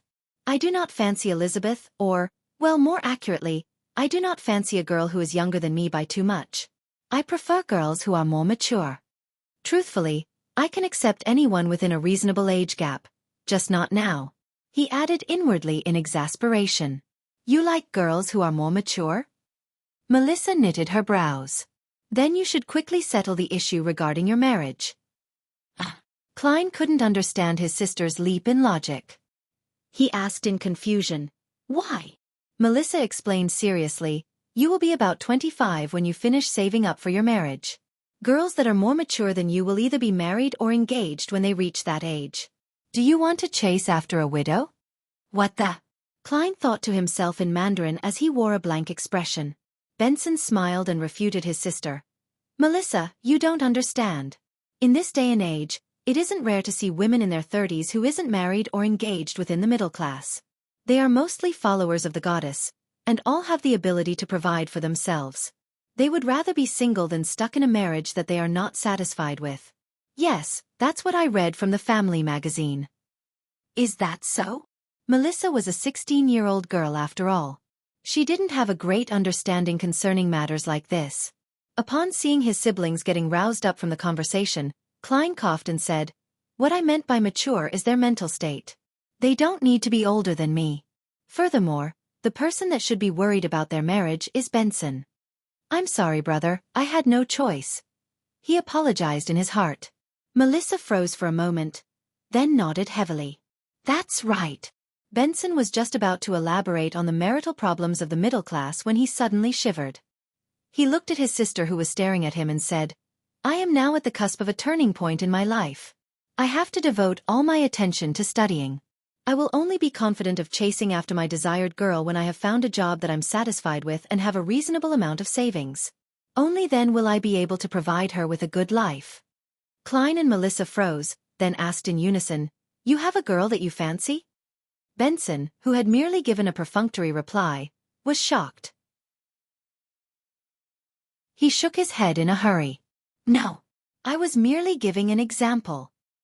In a dark, gloomy house of Backland, Hillston Borough, a middle-aged man with graying hair sat silently on a rocking chair in front of an unlit fireplace with a dark-colored pipe in his hand. He looked at the guest on the sofa. He was the master of this building, Isengard Stanton, a private detective with notable fame. But he didn't set up an office, merely hiring assistants to assist him. Isengard, who was dressed in a white shirt and black vest, brought the pipe to his lips and inhaled in an intoxicated manner before slowly exhaling. "The fee for a 30-minute consultation is £1. If I were you, I would definitely not waste a second." The two ladies on the sofa across from him were Furs Wall and Zio Derry Cha. They had found materials relating to Rear Admiral Hurricane Kalangos, and wanted to ask this detective to consolidate the habits and actions of their target. Of course, they had removed Kalangos's name and changed the description regarding supernatural incidents. Zio Derry Cha handed the folder containing the documents to Isengard's assistant, a brown-haired young man wearing gold-framed spectacles. "Mr. Detective, I hope that you can find habits in the target's actions using the material we have provided." Even though she wasn't tall, Zio Derry Cha had an air of authority when she sat straight and spoke with a deep voice. Isengard stared at her and received the docket from his assistant. He opened the folder and took out the material within. He set down his pipe and focused on reading page after page without missing a single one. 10 minutes later, this gentleman slowly tapped on the handle. "The target has an obsession with the wind. He won't stay for long in a polluted area in Backland, the capital of dust. In other words, he could be staying at the Empress Borough, West Borough, Hillston Borough, Cherwood Borough, or the suburbs of the North Borough. The target is a psychotic serial killer with the need to kill someone every other day. The most logical thing he could do is to target the vagrants that have nowhere to go. Even the police have no records of the exact number of vagrants in Backland. The target wouldn't be living in an area too near or too far from North Borough or Backland Bridge, which have the highest concentration of vagrants. It would be the act of someone unsophisticated to search for victims that are too close to him. That isn't consistent with your descriptions. If the target has to spend a large amount of time before he can find someone to murder, then he might lose control of his desires and commit crimes that would easily expose himself. The target is an experienced sailor and has exceptional mobility in the water. A reasonable deduction would be that he wouldn't be living somewhere too far away from the water. If anything unexpected happens, that would be his best means of escape. In summary, we can outline the possible radius of activity for the target. He should be living somewhere close to the Backland Bridge area. Perhaps somewhere close to both banks of the Tussock River, the West Borough or the Cherwood Borough. I can only deduce this from the materials that you have given me. Even though they didn't understand all of it, his deductions seemed to make sense. Zio and Furs looked at each other and nodded. They took back their materials and stood up to leave. Seeing his assistant send off the two ladies, Isengard took out a bronze item from his vest pocket. It was an open paperback book. In the middle of the book was a vertical eye. Isengard rocked his chair, rubbing the item while softly muttering to himself, "Kalangos has infiltrated Backland?" In a particular basement of Pritz Harbor, the hanged man Alger sat in a chair, looking coldly at a struggling man. This man was dressed like a sailor. His head was enveloped by a film of pale blue water, and his face was purple from holding his breath. He was scratching at the film on his face with both hands, but all he could do was flick droplets of liquid. Finally, he could no longer hold his breath and gave a signal of submission. Alger smiled, then nonchalantly clapped his hands. The thin film of water dispersed, turning into droplets that fell to the ground. The sailor took in a deep breath and coughed violently. He coughed so hard that it tugged at his heart and lungs. After waiting for the man to recover, Alger leaned back. He emulated the peaceful and calm tone of the fool. "Tell me the reason why Kalangos went to Backland." He's there to complete a commission, but I'm not sure about the details." The pirate had completely lost the will to resist. He answered honestly, "All I know is that he might receive something that he wants. Kalangos once boasted in front of us. He said that if this mission was a success, he would be able to obtain something he's dreamed of getting for a long time. The 4 pirate kings would then become the 5 pirate kings. An object he's been dreaming of obtaining?" Alger knitted his brows and slipped into deep thought. Klein didn't rest on Monday morning. He followed his plan and continued his investigation on the buildings with red chimneys in Tingen. Unfortunately, he didn't come across his target. He returned home near noon. He heated up the leftovers from yesterday's dinner and paired them with bread before taking an hour's nap. At about 20 minutes to 3 in the afternoon, Klein put his book down and sealed his room with a wall of spirituality, once again entering the mysterious world above the gray fog. He sat at the seat of honor at the ancient bronze table, extending his hand toward the crimson star representing sun while ignoring the frequency of his heartbeats. In the city of silver, Derek Berg was sweating on the practice grounds. His vision suddenly blurred as a heavy fog entered his view. He saw the fool sitting high above, deep within the fog. He froze, then stopped whatever he was doing and bowed his head. When the illusion vanished, he counted his heartbeats silently and carried his silver sword to a rest area quickly. 1,000 heartbeats later, he locked himself in a bathroom.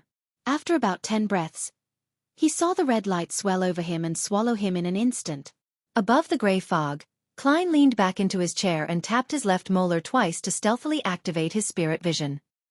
He saw that the mottled color deep within the sun's ether body had turned pure, akin to the light of dawn. He smiled and said, "Congratulations, Mr. Bard." At the same time, he saw the stars behind the sun's chair shift quickly, turning into the symbol of the sun. It transformed without my will, as if it was a reflection of the sun. Also, other than the palace, table and chairs, the items that I conjure cannot be preserved once I leave this world. They are very special. There sure are many secrets to this world above the gray fog. Klein took in everything in front of him as he contemplated. Derek lowered his head and replied humbly, "This is all due to your assistance. This is but the beginning."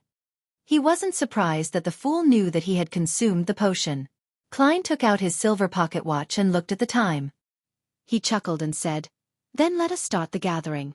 Remember, the frequency, or should I say gap between the gatherings, should be about the same in the future."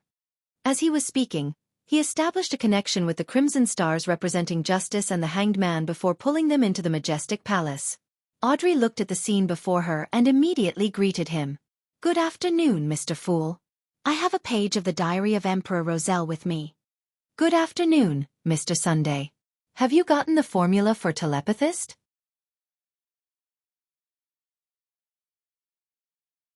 Chapter 158. Preparedness averts peril. How enviable it is for Miss Justice to always maintain a cheerful mood. I wish I could be like that.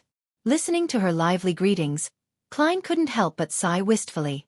He then recalled the time when she had taken out £1,000 so easily, and he realized that it would be very difficult if he wanted to maintain his cheerful emotions like Miss Justice. The son, Derek Berg, was a young man that cared a lot about his reputation. He immediately replied, "I have obtained the telepathist formula." For the past week, he had been settling the inheritance that his parents had left him. Besides the property, furniture, and a few sentimental items, The rest of the valuable items were brought to the black market in the City of Silver in exchange for the telepathist formula and the Bard potion's ingredients. His meals were now rationed. However, he believed that the situation wouldn't be for long. When he passes the combat examination, he would then join the team that cleansed the things of the dark in the outskirts of the city and be paid a decent amount. When I become stronger, I'll apply to become a member of the elite squad, to explore the depths of the dark and find a way to remove the curse. Derek thought with hope as he looked towards the fool who was engulfed in the fog. He noticed that last time, after Miss Justice made a request to Mr. Fool, she was able to produce a page of the unknown Roselle diary out of thin air. Although Derek didn't quite understand what had happened, he felt that it'd be better if he watched Mr. Fool. First, recall the formula in your head. Then, grab the pen by your side and instill it with a strong desire to express your thoughts. Klein casually leaned back in his high chair. As the sun was from the City of Silver, which might be the forsaken land of the gods, the pen that instantiated before him wasn't a fountain pen, but a quill instead. Of course, there still wasn't any ink. Derek didn't dare to doubt what the fool said, so he immediately grabbed the quill that suddenly appeared by his hand. He followed the fool's instruction, and as expected, he saw the telepathist potion formula appear on the brown goatskin parchment before him within seconds. After looking through it twice, Derek silently pushed the promised item towards Miss Justice. Audrey was overjoyed and eager, but she took the parchment gracefully. She glanced at the page, and the words that Klein had translated came into sight. Main ingredients: Phantom Netherdrake's complete pituitary gland, 10 milliliters of half-spectre rabbit. Supplementary ingredients. Main ingredients that I've never heard of. I don't know enough. Audrey, who had been trying to learn more about the different types and names of Beyonder ingredients from Furs and Zio, seemed to fret in thought. During such moments, she would completely forget how a spectator should behave. Suddenly, Audrey heard a light rapping sound. She quickly looked towards the seat of honor at the long bronze table subconsciously.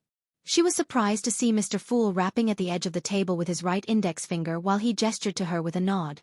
What's going on? Audrey was confused as her eyes wore a vacant look. Just when she was about to ask, the corner of her eyes suddenly saw some changes on the telepathist formula. There were remarks next to some of the ingredients. Main ingredients: Phantom Netherdrake's complete pituitary gland, also known as rainbow salamander, 10 milliliters of half-spectre rabbit, also known as Farsman rabbit. Supplementary ingredients. I know all of these. Audrey was stunned at first. Then there was an intense surge of delight from the bottom of her heart. Thank you, Mr. Fool. You're really very knowledgeable. She looked towards the seat of honor as she thanked and sincerely complimented him. The hanged man Alger didn't know what had happened, but he felt extreme contempt towards what Justice had said. How could you describe a godlike figure with the word knowledgeable? His existence alone is equivalent to knowledge itself to a certain extent. Klein accepted Miss Justice's compliments without any misgivings because this wasn't something he could have done just because he had chanced upon the psychology alchemist's telepathist formula. After he pulled the sun into the tarot club, he had been taking precautions against such problems by taking into consideration the sun's special circumstances of being from the City of Silver. He had been constantly studying ancient terminology. Therefore, even if Daxter Guderian hadn't managed to get the formula in time, he could have made the notations easily. Through prior divination and comparison, he had made certain that both telepathist formulas were accurate. This is why we say, preparedness averts peril, Klein thought smugly. Audrey looked at the telepathist formula a few times and then reined in her gaze unwillingly. She then personally expressed Roselle's diary onto a page. You deserve this. She put down her pen and looked towards the fog-engulfed fool. In addition to this, I'll give your adorer another 300. Is £300 okay? She sounded a little guilty because the 3 pages of Roselle's diary only cost her £20, while the sheriff formula at sequence 8 required £450. In other words, from the perspective of simple math, she had to pay another £430 on top of the 3 pages of the diary. However, Audrey felt that it was thanks to her luck that the seller didn't know the value of Roselle's diary. It allowed her to buy it at a low price. Emperor Roselle's diary costs at least £50 per page. Audrey held her fist and encouraged herself. £300? Until today, I've only seen that much money at Sir Deweyville's place. Klein sighed and pretended to not be interested in money as he nodded and said, A reasonable deal. This is my adorer's information. He avoided speaking of terms like Backlund Bank and anonymous account verbally through the fool's mouth as they damaged his image. He made them appear on the parchment before her. Klein had taken time to visit Backlund Bank's Tingen branch last Wednesday while investigating the houses with red chimneys. He had disguised himself and opened an anonymous bank account. The account only required one to memorize his account number and the corresponding password in order to withdraw cash from any Backlund Bank branch. If one found that it wasn't secure enough, he could also request to add in a signature and thumbprint verification. But that would be more troublesome. In order to keep his identity secret, Klein left it with a password. The password is written in ancient Hermes.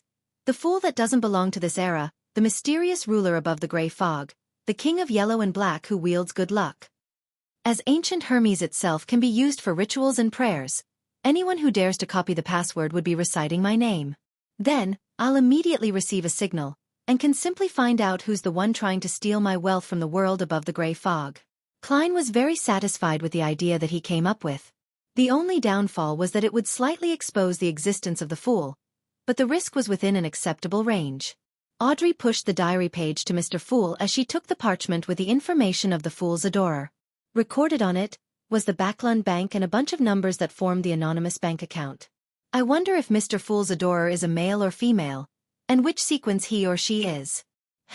He must be very powerful, at least not weaker than Rear Admiral Hurricane Kalangos. Audrey couldn't stop her thoughts from wandering, but she quickly focused and memorized the anonymous account. It doesn't have to be so troublesome. Just then, she heard the fool's low yet gentle voice.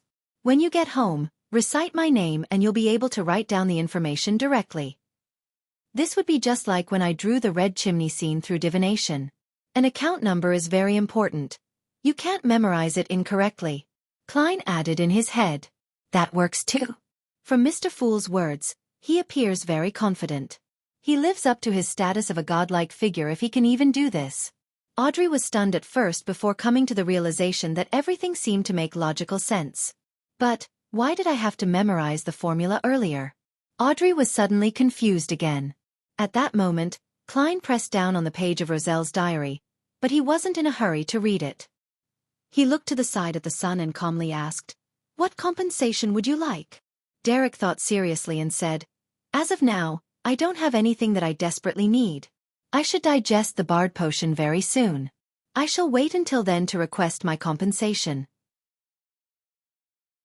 Yes, perhaps to prepare for the corresponding Sequence 8 formula or the necessary ingredients. Sequence 8 is light supplement, which I have, but the ingredients. Even if I had them, I would have no idea how to give them to you. Wait, he used the word digest. Indeed, the City of Silver knows of the acting method. The highest sequence there is only sequence 4, so are they limited by ingredients? Klein nodded in deep thought, agreeing to the deal. Audrey also sharply noticed the word, digest. She weighed her words and asked, "Mr. Sun, are you aware of the acting method?" Derek looked at Miss Justice in confusion and answered straightforwardly, "It's nothing strange. The general education classes in the City of Silver teaches the acting method. The acting method is taught in general education classes." Audrey stole a glance at the hanged man and realized that he was looking back at her. The two of them suddenly fell silent. The origin of the sun is indeed mysterious. I wonder where Mr. Fool pulled him into the tarot club from. The more I think about it, the more I revere him. Audrey settled down and looked at the fool who didn't look visibly surprised in any way. Then, Alger probed, "Mr. Sun, do you talk about any key things to look out for with respect to the acting method?" "Yes." Derek nodded without hesitation. "It's clearly stated in our general education classes that the one and only key point for the acting method is to remember that you're only acting. As expected. We're using an ingenious method to go around obstacles and completely break down the remnant spirits in the potion, without submitting to it. The Sun, you're such a simple boy. You just shared important information by accident." Klein smiled and cast his eyes on the diary page before him. Chapter 159. Bestowment and sacrifice. Messy Chinese sentences were scribbled on the yellowish-brown goatskin. August 2nd. This goes deeper than I imagined. History sure is something that can be manipulated easily. August 5th. I witnessed the abilities of a high-sequence beyonder today. It was scary indeed. There's a qualitative change that has happened to them in a particular aspect. It was as though they've transformed into a deity. It's no wonder that we describe them as demigods, though I think calling them legendary beings is more fitting. August 6th. There's something strange going on. Why would the 7 major churches adopt such a strange attitude towards the potions? At the low to middle sequences, they not only provide the main ingredients to those who manage to advance, but they're also generous enough to share the formulas and demonstrate the process needed to create the potion. They would also explain in detail if a ritual is needed to create the medicine, yet finished potions are the only things they provide to those who are advancing to the higher sequences. This isn't logical. Shouldn't they keep the formula a secret for the lower sequence potions and give the candidate the completed potion since it's relatively easy to gather the necessary ingredients and create the potion?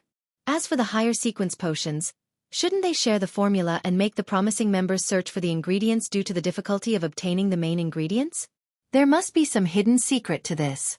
August 9th. The events of the past 2 days have made me feel uncomfortable. I started the Industrial Revolution with my own hands and personally ushered in the age of steam and machinery, but this will create the conditions necessary for the evil god to descend upon this world? What does he mean? The conditions necessary for the evil god to descend upon this world? Klein knitted his brows. His index finger tapped on the edge of the ancient table. Did Mr. Fool encounter a difficult problem? Anything that can trouble him must be something of another level. Audrey looked at the leader obscured by the thick fog and interpreted his state through his body language. Klein was indeed pondering over the problem related to the upper echelons, but he didn't arrive at an answer. He considered the possibility of using divination to gain some sort of revelation. Yes, it would be impossible to divine something of use with such simple sentences. I'm not a prophet. What if I divine with the statement, the conditions necessary for the evil god to descend upon this world? It feels too risky.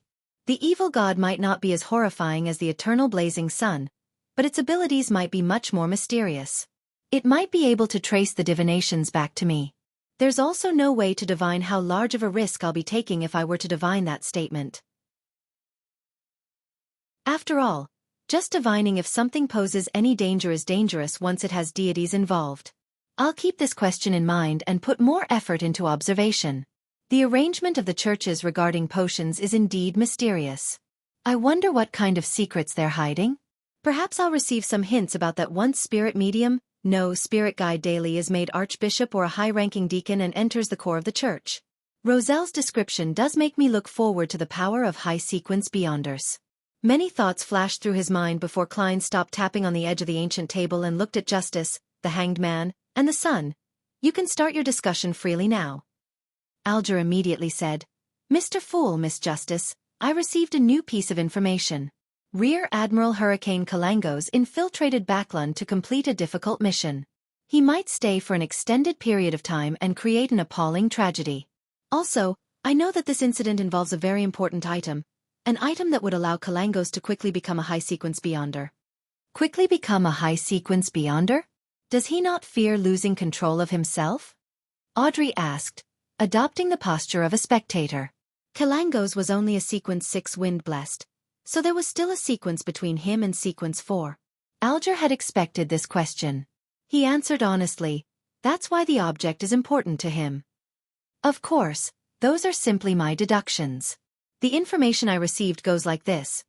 Kalangos believes that once he completes the commission and obtains the object, he will be the equal of Nast, the king of the 5 seas.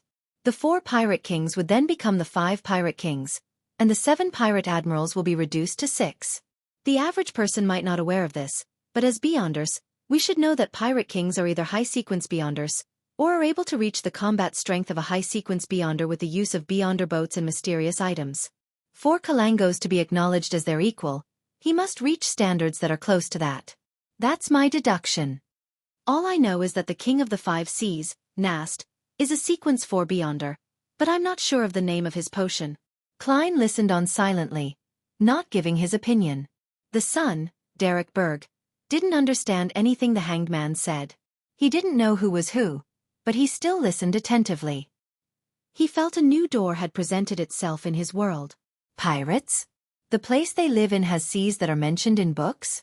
Then, the environment these people live in is very different from the City of Silver. They don't seem to be very worried about the curse or the attacks of the things of the dark. It definitely makes me very curious. But, Mr. Fool once instructed me not to ask about the secrets of others. It's a very rude gesture. Derek thought in his heart, once again observing the hanged man and justice. Your deduction is very reasonable. Of course, that could also be a mysterious item that could hold its own against a high-sequence beyonder, Justice replied with a smile.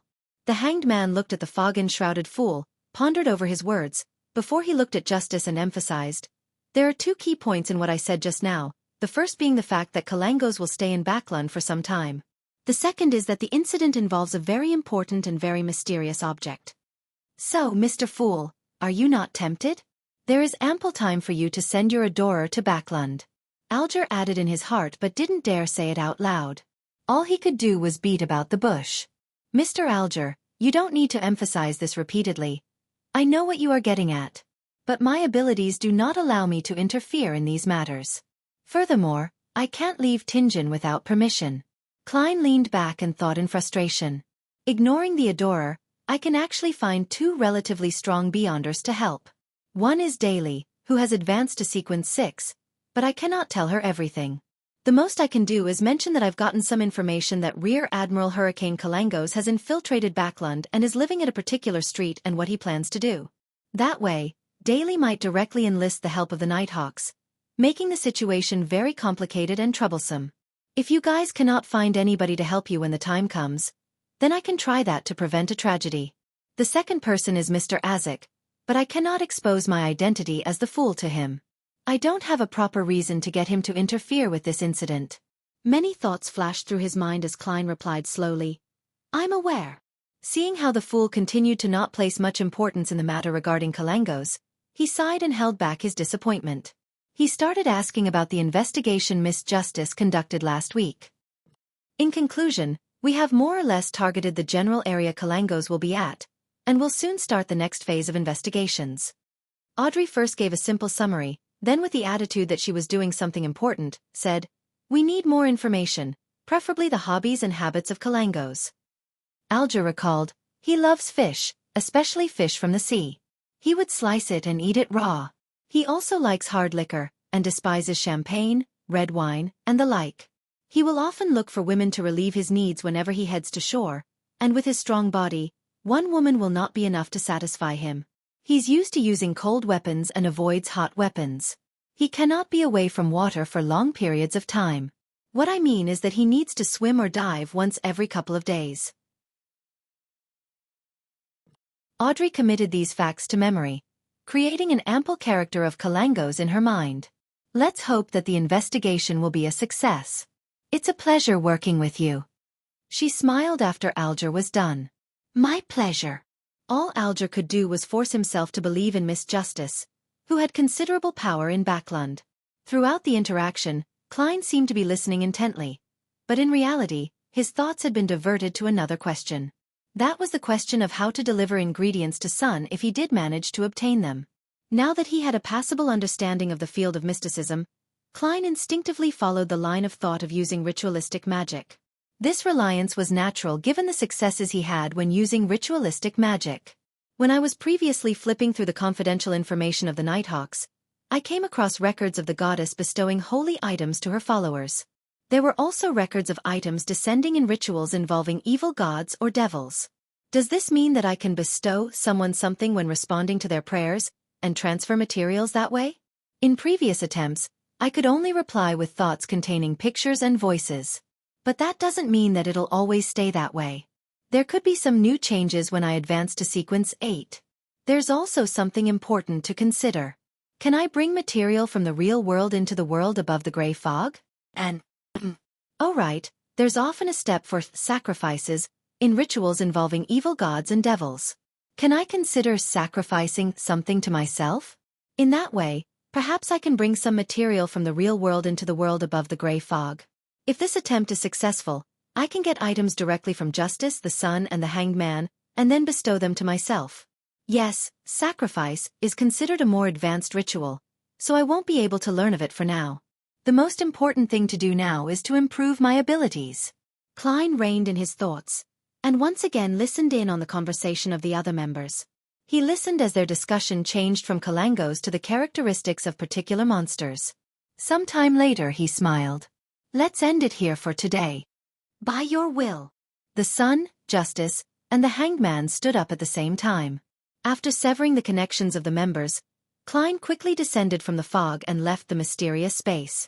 When he returned to his room, he dispelled the wall of spirituality and pulled back the curtains by the oriel window, allowing the sunlight to shine in. There are 2 important things to do this week. The first is to get examined and advance to sequence 8. The second is to make flaring sun charms. Its powers might be even higher than that of sequence 7 or 6. Klein looked outside with anticipation. Tomorrow. I should be able to receive the report of Mr. Azek's paranormal disturbances tomorrow.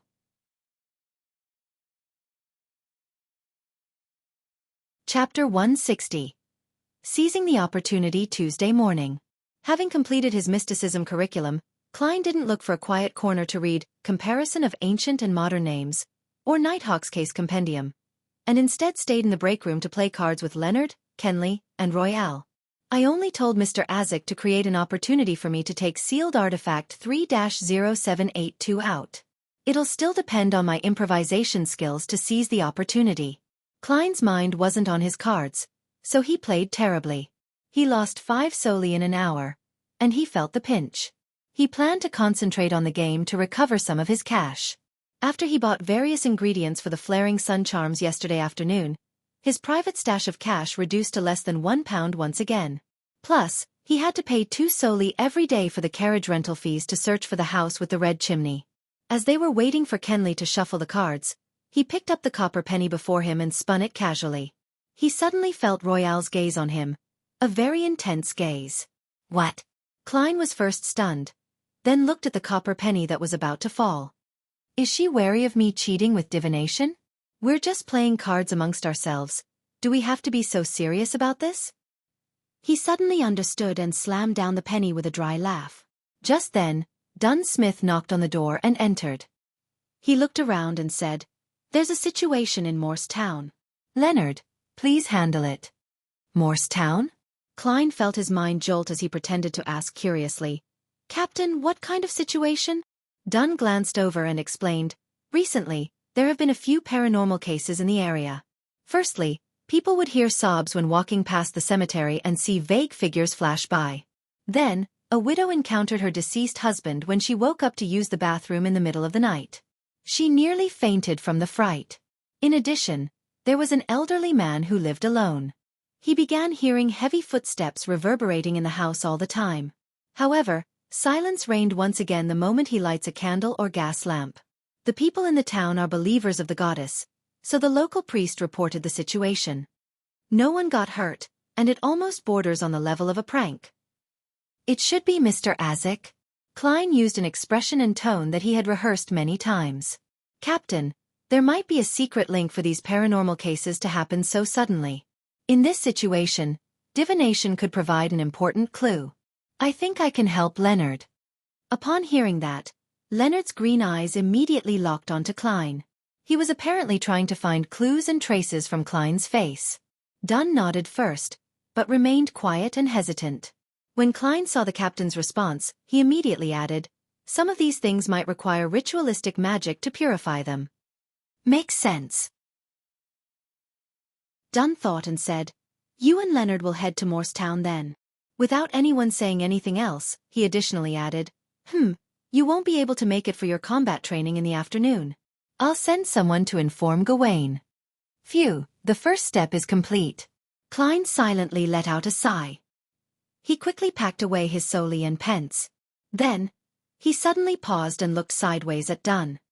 He said solemnly, "Captain, I think we should prepare for the worst. If there's a powerful wraith behind the paranormal events, it might be very dangerous for only Leonard and I. Plus, it takes 3 hours to get to Morse Town, right? Even if we managed to send a telegram to request for backup in time, we would still have to hold out for quite a while." So, Dunn interrupted. "I want to get the assistance of another teammate." Klein pretended to think for a moment and said, "And according to the rules, a mission with 3 or more Nighthawks involved can apply for a level 3 sealed artifact." "Yes, 3-0782 is most suited for this job. Upon hearing that, Leonard laughed and said, "Exactly your style. Careful, cautious, taking no risks." "You seem to be implying that I'm a coward." "I'm a person who looked directly at the eternal blazing sun." Klein pretended that he didn't hear Leonard and earnestly looked at Dunn Smith. "Captain, what do you think? We should really take extra care against any accidents. There have been too many coincidences lately." Dunn nodded thoughtfully and looked at the other two teammates. "Kenley, join Leonard and Klein on their trip to Morristown. Oh, hurry up and write an application.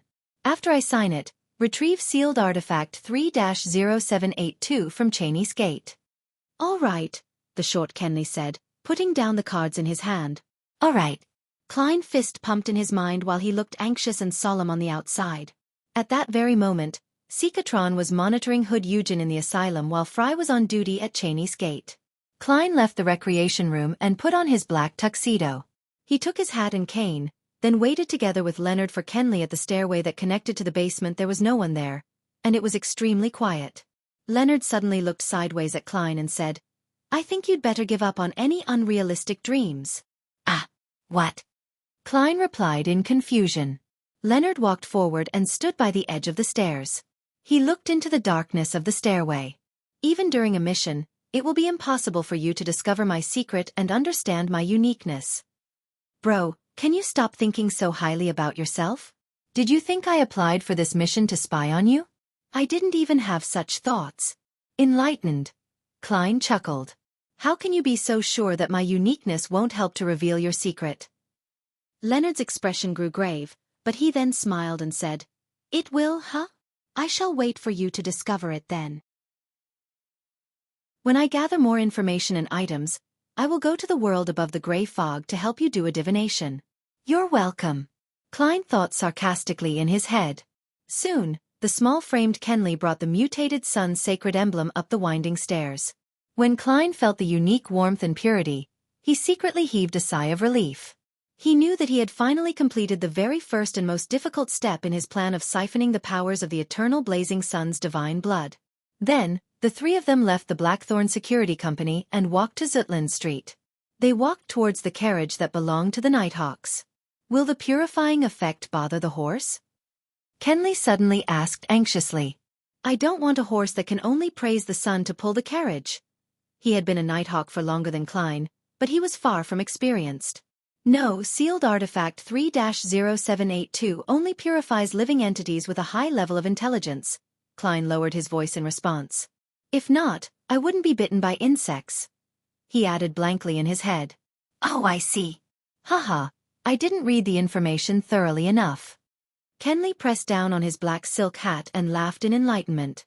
As Klein had yet to master the skill of driving of a carriage, he sat inside the carriage for the following 3 hours. He rubbed the sealed artifact 3-0782 in his hand while he watched Leonard and Kenley take turns driving. They finally arrived at Morristown around lunchtime. "How beautiful!" Kenley complimented sincerely as they stepped down from the carriage and looked towards the boundless golden wheat fields that surrounded the town.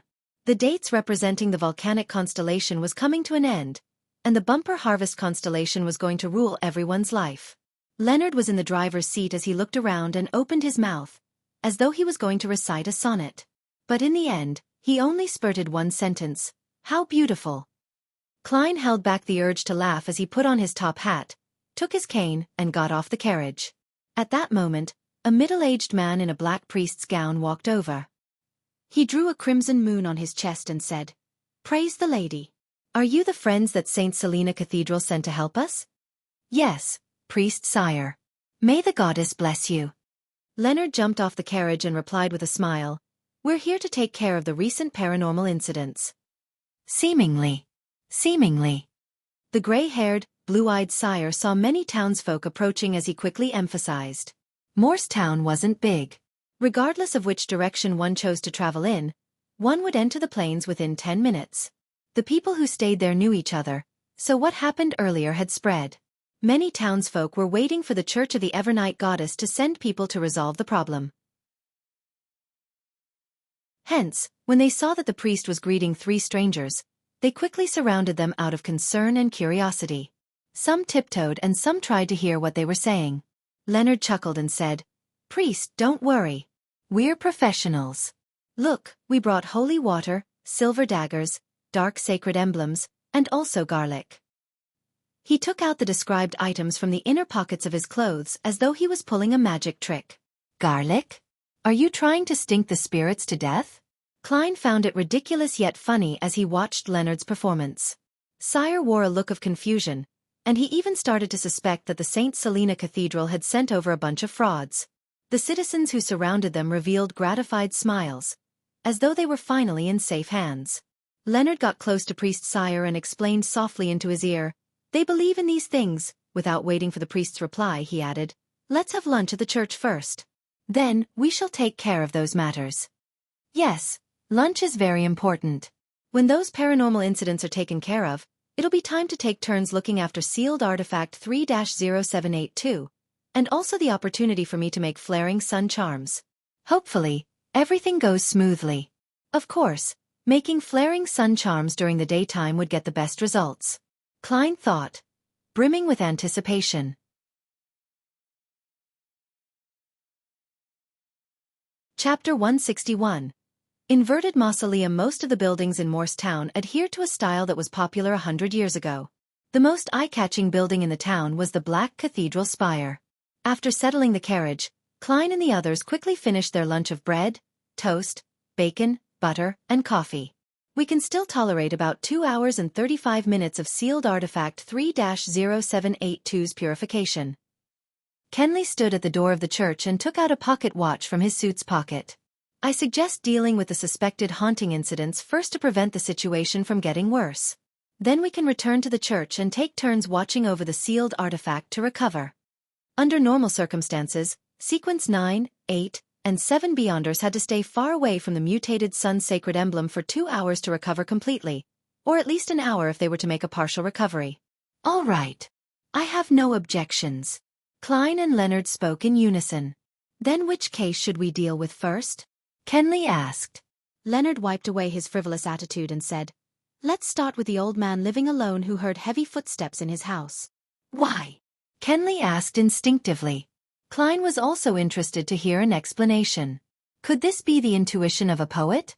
He mocked Leonard secretly. Leonard shifted his gaze from Kenley's face to Klein's, then looked at Kenley again. He smiled. "Because it's the closest to the church." "How did you know that?" "It's not written in the records," Klein asked. Leonard snickered. "Didn't I go to the bathroom during our meal?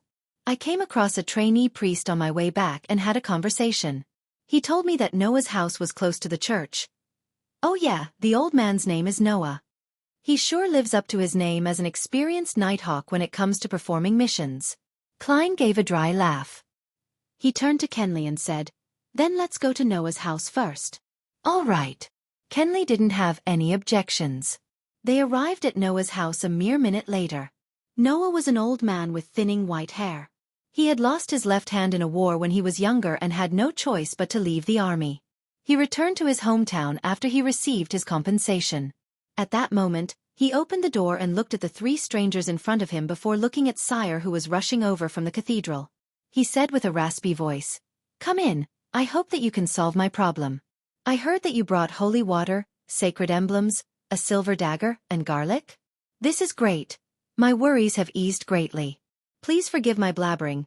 You have to understand the condition of an old man after not being able to sleep peacefully for 2 nights. Oh my goddess, I've been so scared all this time that my head feels like it's in a cloud." Leonard suddenly straightened his back when he entered the house, his eyes surveying the surroundings. After that, Klein felt a cold aura within the room. Those were traces of activity left behind by a ghost. There really was an impure being here. Kenley was the last one to notice as he suppressed his voice. "Very weak," Leonard said with a relaxed tone as he retracted his gaze. The Midnight Poet was a job with a relatively high spiritual sensitivity when compared to all the other Sequence 8s in the church's records. Yes. Klein could feel the warmth and purifying energy of sealed artifact 3-0782 quickly dispelling the sinister aura in the room without any trouble. At this moment, the people of the town had all gathered at Noah's house, all looking curiously at Klein, Leonard, and Kenley. Cough. Leonard cleared his throat and recited, "We have the blessings of the goddess. Those impure beings will vanish quickly and won't bring about any more trouble."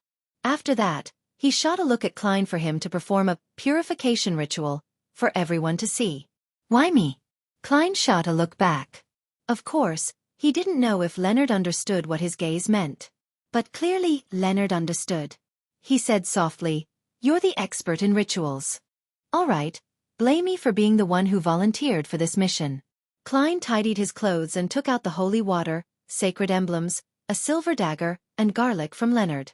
He first placed the dark sacred emblem in front of his chest, then peeled the garlic and tossed its cloves one by one to every corner of the house. This is how garlic is used to dispel ghosts? It's different from the descriptions in the newspapers. Will this work? The townsfolk looking at them broke into discussion, curious and excited, as if they were watching a circus. "It's useless. I'm just acting." Klein suddenly felt that he had become a clown. He closed his eyes and splashed the holy water onto the ground with a silver dagger. He splashed the water as he walked around the house, reciting an incantation. "The Evernight Goddess, the Mother of Secrets, the Lady of Crimson, Empress of Disaster and Horror, Mistress of Calm and Silence." These typical acts of a charlatan shocked everyone present as the townsfolk fell silent. And once people turned silent, it was easy for them to notice something they missed. What a warm feeling. It feels like I'm sunbathing. No, I feel like I'm looking at a pure sky. How magical. Is this the effect of the holy water? They sure live up to their names as priests from St. Selena Cathedral. Praise the lady. The townsfolk discussed in whispers. The looks they gave Klein, Leonard, and Kenley slowly became that of respect. Noah also visibly relaxed, not doubting that the problem had been solved. Sealed Artifact 3-0782 is doing all the real work here. We don't actually need to do anything to chase the ghosts away. All we need to do is stay here for a minute. It's not tiring or troublesome at all. After Klein purified the sinister aura off every corner of the house, he opened his eyes and put away his silver dagger, drawing the shape of the crimson moon in front of his chest with a serious expression. "Praise the lady. Praise the lady," the townsfolk replied devoutly. "We still have things to deal with, but we need absolute silence." Leonard smiled as he looked around. The townsfolk, after witnessing something so professional, didn't stay. They receded from Noah's house like a tide following Priest Sire's lead. Even the master of the house had to leave temporarily. "I actually wanted to take a nap," Noah pouted as he walked toward the cathedral. Leonard took a step forward and closed the door, then turned towards Klein. "Do a divination on the cause of this incident." "No problem." Klein also wanted to find out what he could divine. "I know Mr. Azik did this, but he seems to be of a rather superior nature." "Haha, a person that can live for 1,300 years must be of a superior nature. So my divinations should definitely be affected. Under such circumstances, without the help of the mysterious space above the gray fog, even I'm not sure what revelations I would receive." Klein took out the pen and paper he brought along with him and wrote down a divination statement. The cause of a haunting at Noah's house. He held the piece of paper and walked to a round table. He then took a seat, closed his eyes, and leaned back. Klein suddenly saw a black mausoleum in his blurred, hazy dream world. It was similar to a pyramid, but stood inverted and was almost fully buried. A black fog obscured everything within the ancient mausoleum. Klein snapped awake and opened his eyes. "Did you find anything?" Kenley asked in concern. Klein thought for a moment and described the revelation he received in his dream without hiding anything. He ended it by saying, "The mausoleum was definitely not in the style of the northern continent, I mean the fifth epoch. I'm somewhat of an expert in this field." Leonard nodded, seemingly in thought. "That's an inverted pyramid from the southern continent. It represents the entering of the nether realm from the living world. It's a mausoleum that only the so-called descendants of death can erect for themselves, be it in the Balam Empire of the past, or its satellite states such as the Highlands Kingdom. In some sense, it's the symbol of death. Well, the ghosts are definitely related to death. The results of the divination are undoubtedly correct." Ignoring Leonard's mockery, Klein suddenly had an interesting thought. Could Mr. Azik be the descendant of death, or could he have made a transaction with death to obtain such a long life?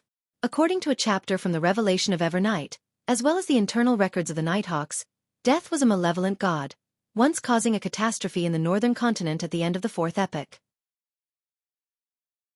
Those times were now referred to as the Pale Era. It said that Death fell to the combined efforts of the seven gods. It's impossible to determine when Lamud Castle was built, but it couldn't have been built before the Pale Era. If there was a connection, then there would be something to investigate regarding the person working behind the scenes, lives in the house with the red chimney, and stole the skull of Mr. Azek's child. Of course, this could be an excuse for the northern continent to colonize the southern continent. After all, most of the inhabitants of the southern continent believes in death. The three Nighthawks didn't stay for long since they didn't discover anything. They soon left Noah's house and started dealing with the two other haunting incidents. The same process, the same results. They quickly rid the town of the auras of dead spirits, but didn't manage to find the cause of all the trouble. Along the way, Leonard asked the townsfolk if any strangers had entered the town in the past few days, but received a negative answer. Mr. Azek didn't come? He must have come and left in secret without anyone noticing him. He sure is cautious. When he said that he would be returning to Tingen by Wednesday, did he mean that these spirits would vanish on their own accord today, even if we weren't here to deal with it? Klein thought about it as he returned to the entrance of Morse Cathedral with Leonard and Kenley. They could still last another hour and 45 minutes with the mutated sun's sacred emblem. We'll take 1-hour shifts looking after the sealed artifact. Klein suppressed the excitement in his heart. He looked at the color of the sky and said, "Let's try to head back to Tingen City for dinner." "No problem." Leonard glanced at Klein and laughed. "But for safety's sake, I suggest that 2 people look after the sealed artifact while one rests." Klein froze for a moment, his mind churning quickly. He smiled in reply. "Sure, but this way we have to calculate the most logical rotation. Who gets to rest first? Who's next? And who will be last? How much time do we need to recover? And by how much?" "Well, I think that we have to establish an algorithm with an unknown value in order to establish the best way, then compare it with the effectiveness of having one person look over it at a time. It's even better if we can compare the efficiencies too. Let's first assume that the unknown value is..." "Wait!" Leonard's green eyes were filled with blankness and fear. "If that's the case, let's look after it one at a time. The person looking after it will stay in the cathedral during his shift, as it has a sufficiently large radius. Of course, we'll have to get Priest Sire and the rest to stay somewhere else. The other 2 will stand guard outside the church and prevent others from coming close." "I share the same opinion." Kenley had felt a headache coming on as Klein spoke about the mathematical problem. "All right." Klein nodded, looking as though he was forced to do so. If he hadn't been able to convince his partners, then he would have to make a deal with Leonard in secret, giving away some information about himself to get him to leave. But the problem was solved now.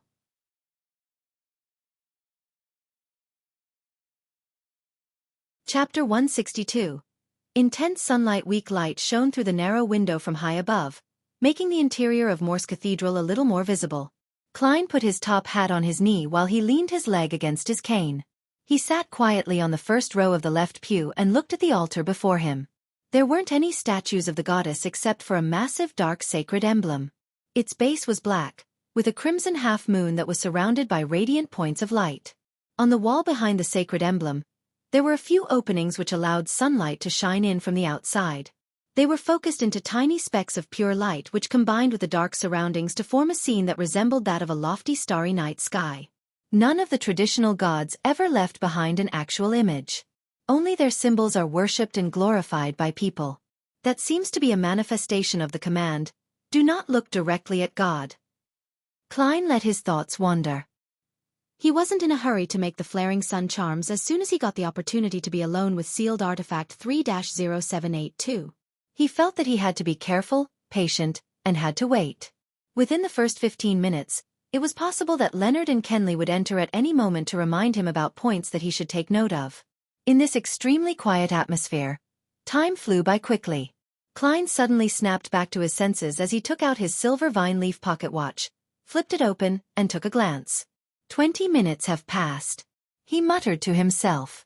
He then set his silk top hat and silver-edged black cane by the side. He got up and walked towards a hidden corner near the altar. At first, he faced the side of the altar, but once he saw the large dark sacred emblem and the holy scenery that resembled a depiction of a night sky, he felt guilty and uncomfortable. Hence, he turned his back to the altar. Then, Klein took out the sealed artifact 3-0782 from the inner pocket of his black tuxedo.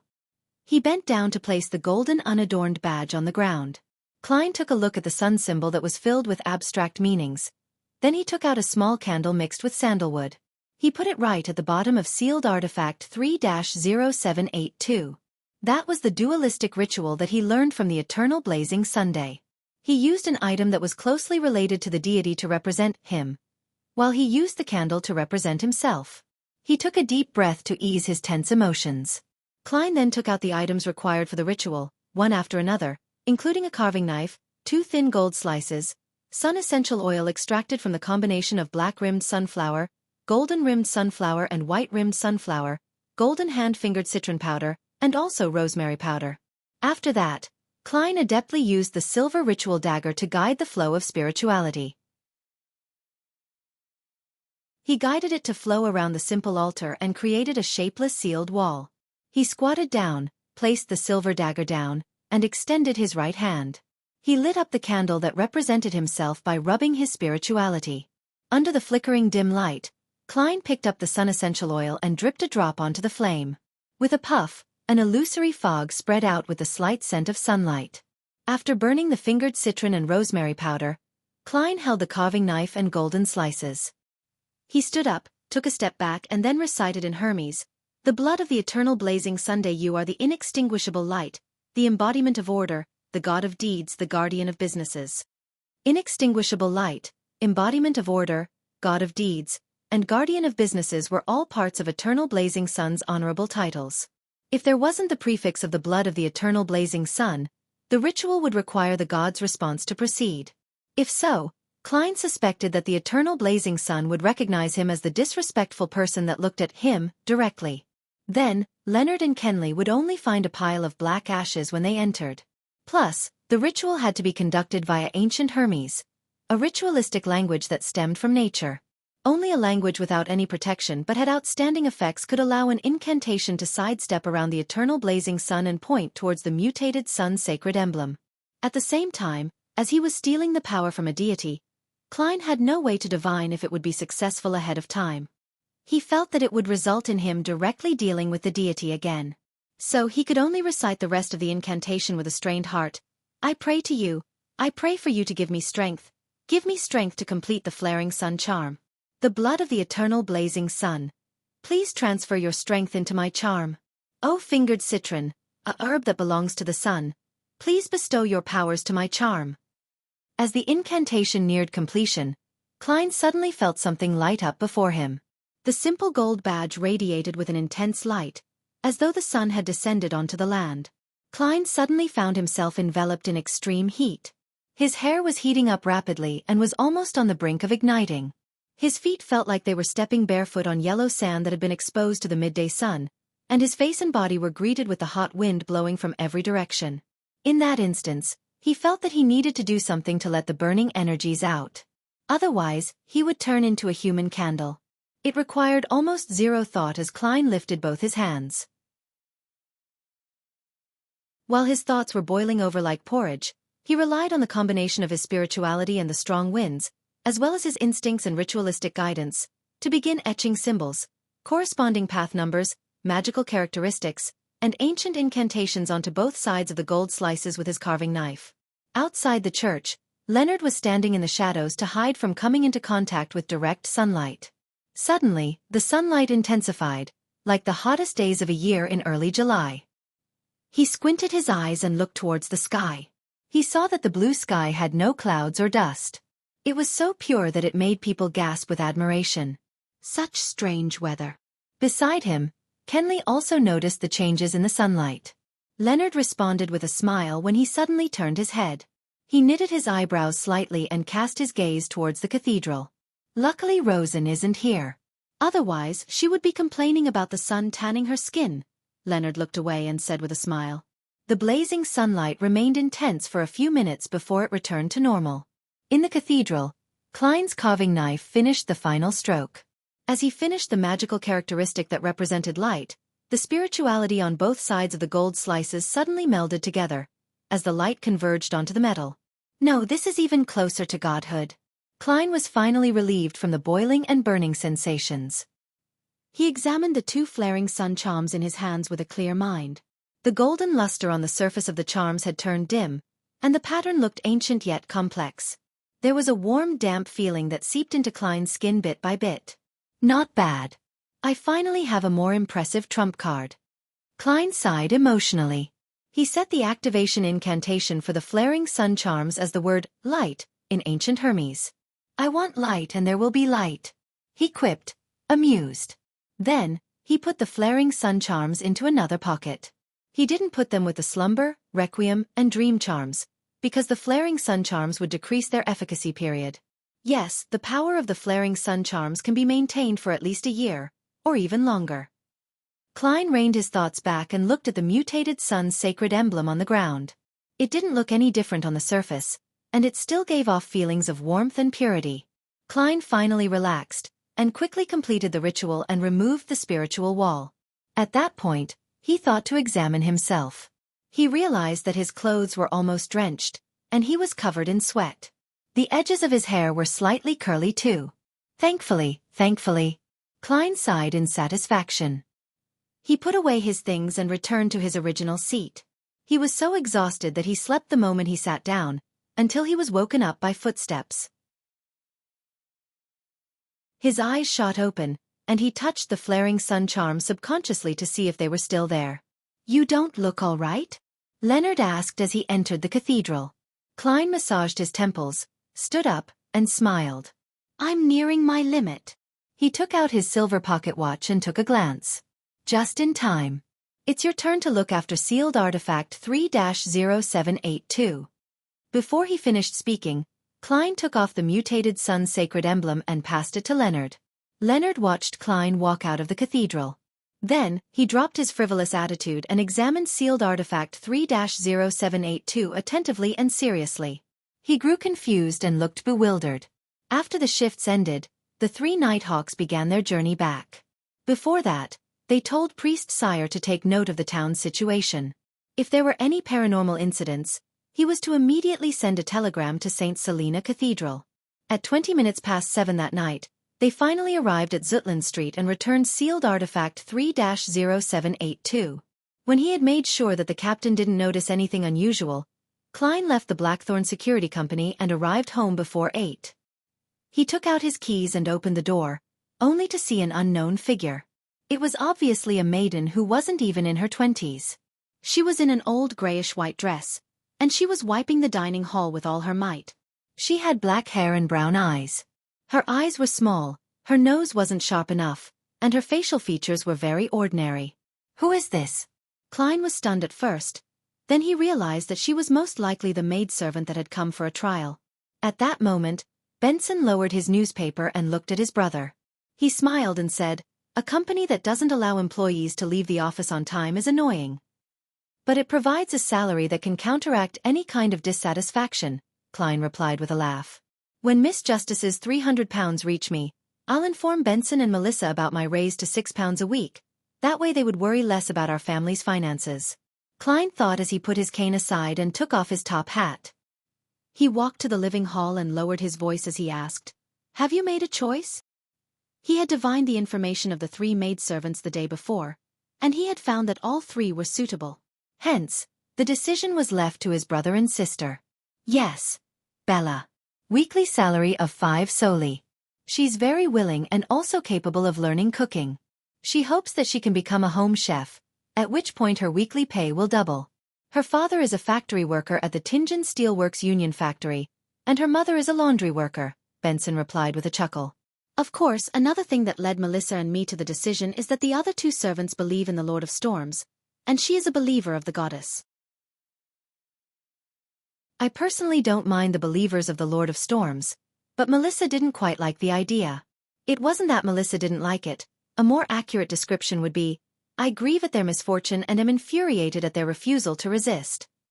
Yes, it was said by Lu Sun. Klein recalled his sister's behavior, and revealed a smile. Benson didn't elaborate further. He put down the newspaper and stood up. Since you're back, let's have dinner. The next day, Klein entered the Blackthorn Security Company in a good mood. Good morning. Rosen looked to the left and then the right. Then she said, Old Neil is sick, let's go and visit him at noon. What say you? Old Neil is sick? Klein asked in surprise. Could it be that the ritual for treating diarrhea caused severe constipation? Well, from the way he acted after learning of the acting method, it's not impossible for him to suddenly fall sick. He's getting old, so once his mind turns frail, his body would also suffer from those ramifications. Rosen nodded and said, Yeah, he sent someone to the captain to request some time off. Klein nodded slightly. Let's visit him at noon. Sigh, old Neil sure is pitiful. His wife passed away early, and his son is busy in some other city. When he's sick, all he can do is stay at home in loneliness and helplessness. That was the first thing he recalled from his first visit to old Neil's house. Listening to Klein's sigh, Rosen opened her eyes wide and asked in shock, When did old Neil get married? You're tuning in to the Xiaofan's Wuxia Tales YouTube channel. Don't forget to subscribe and join us on this journey to catch the most captivating stories.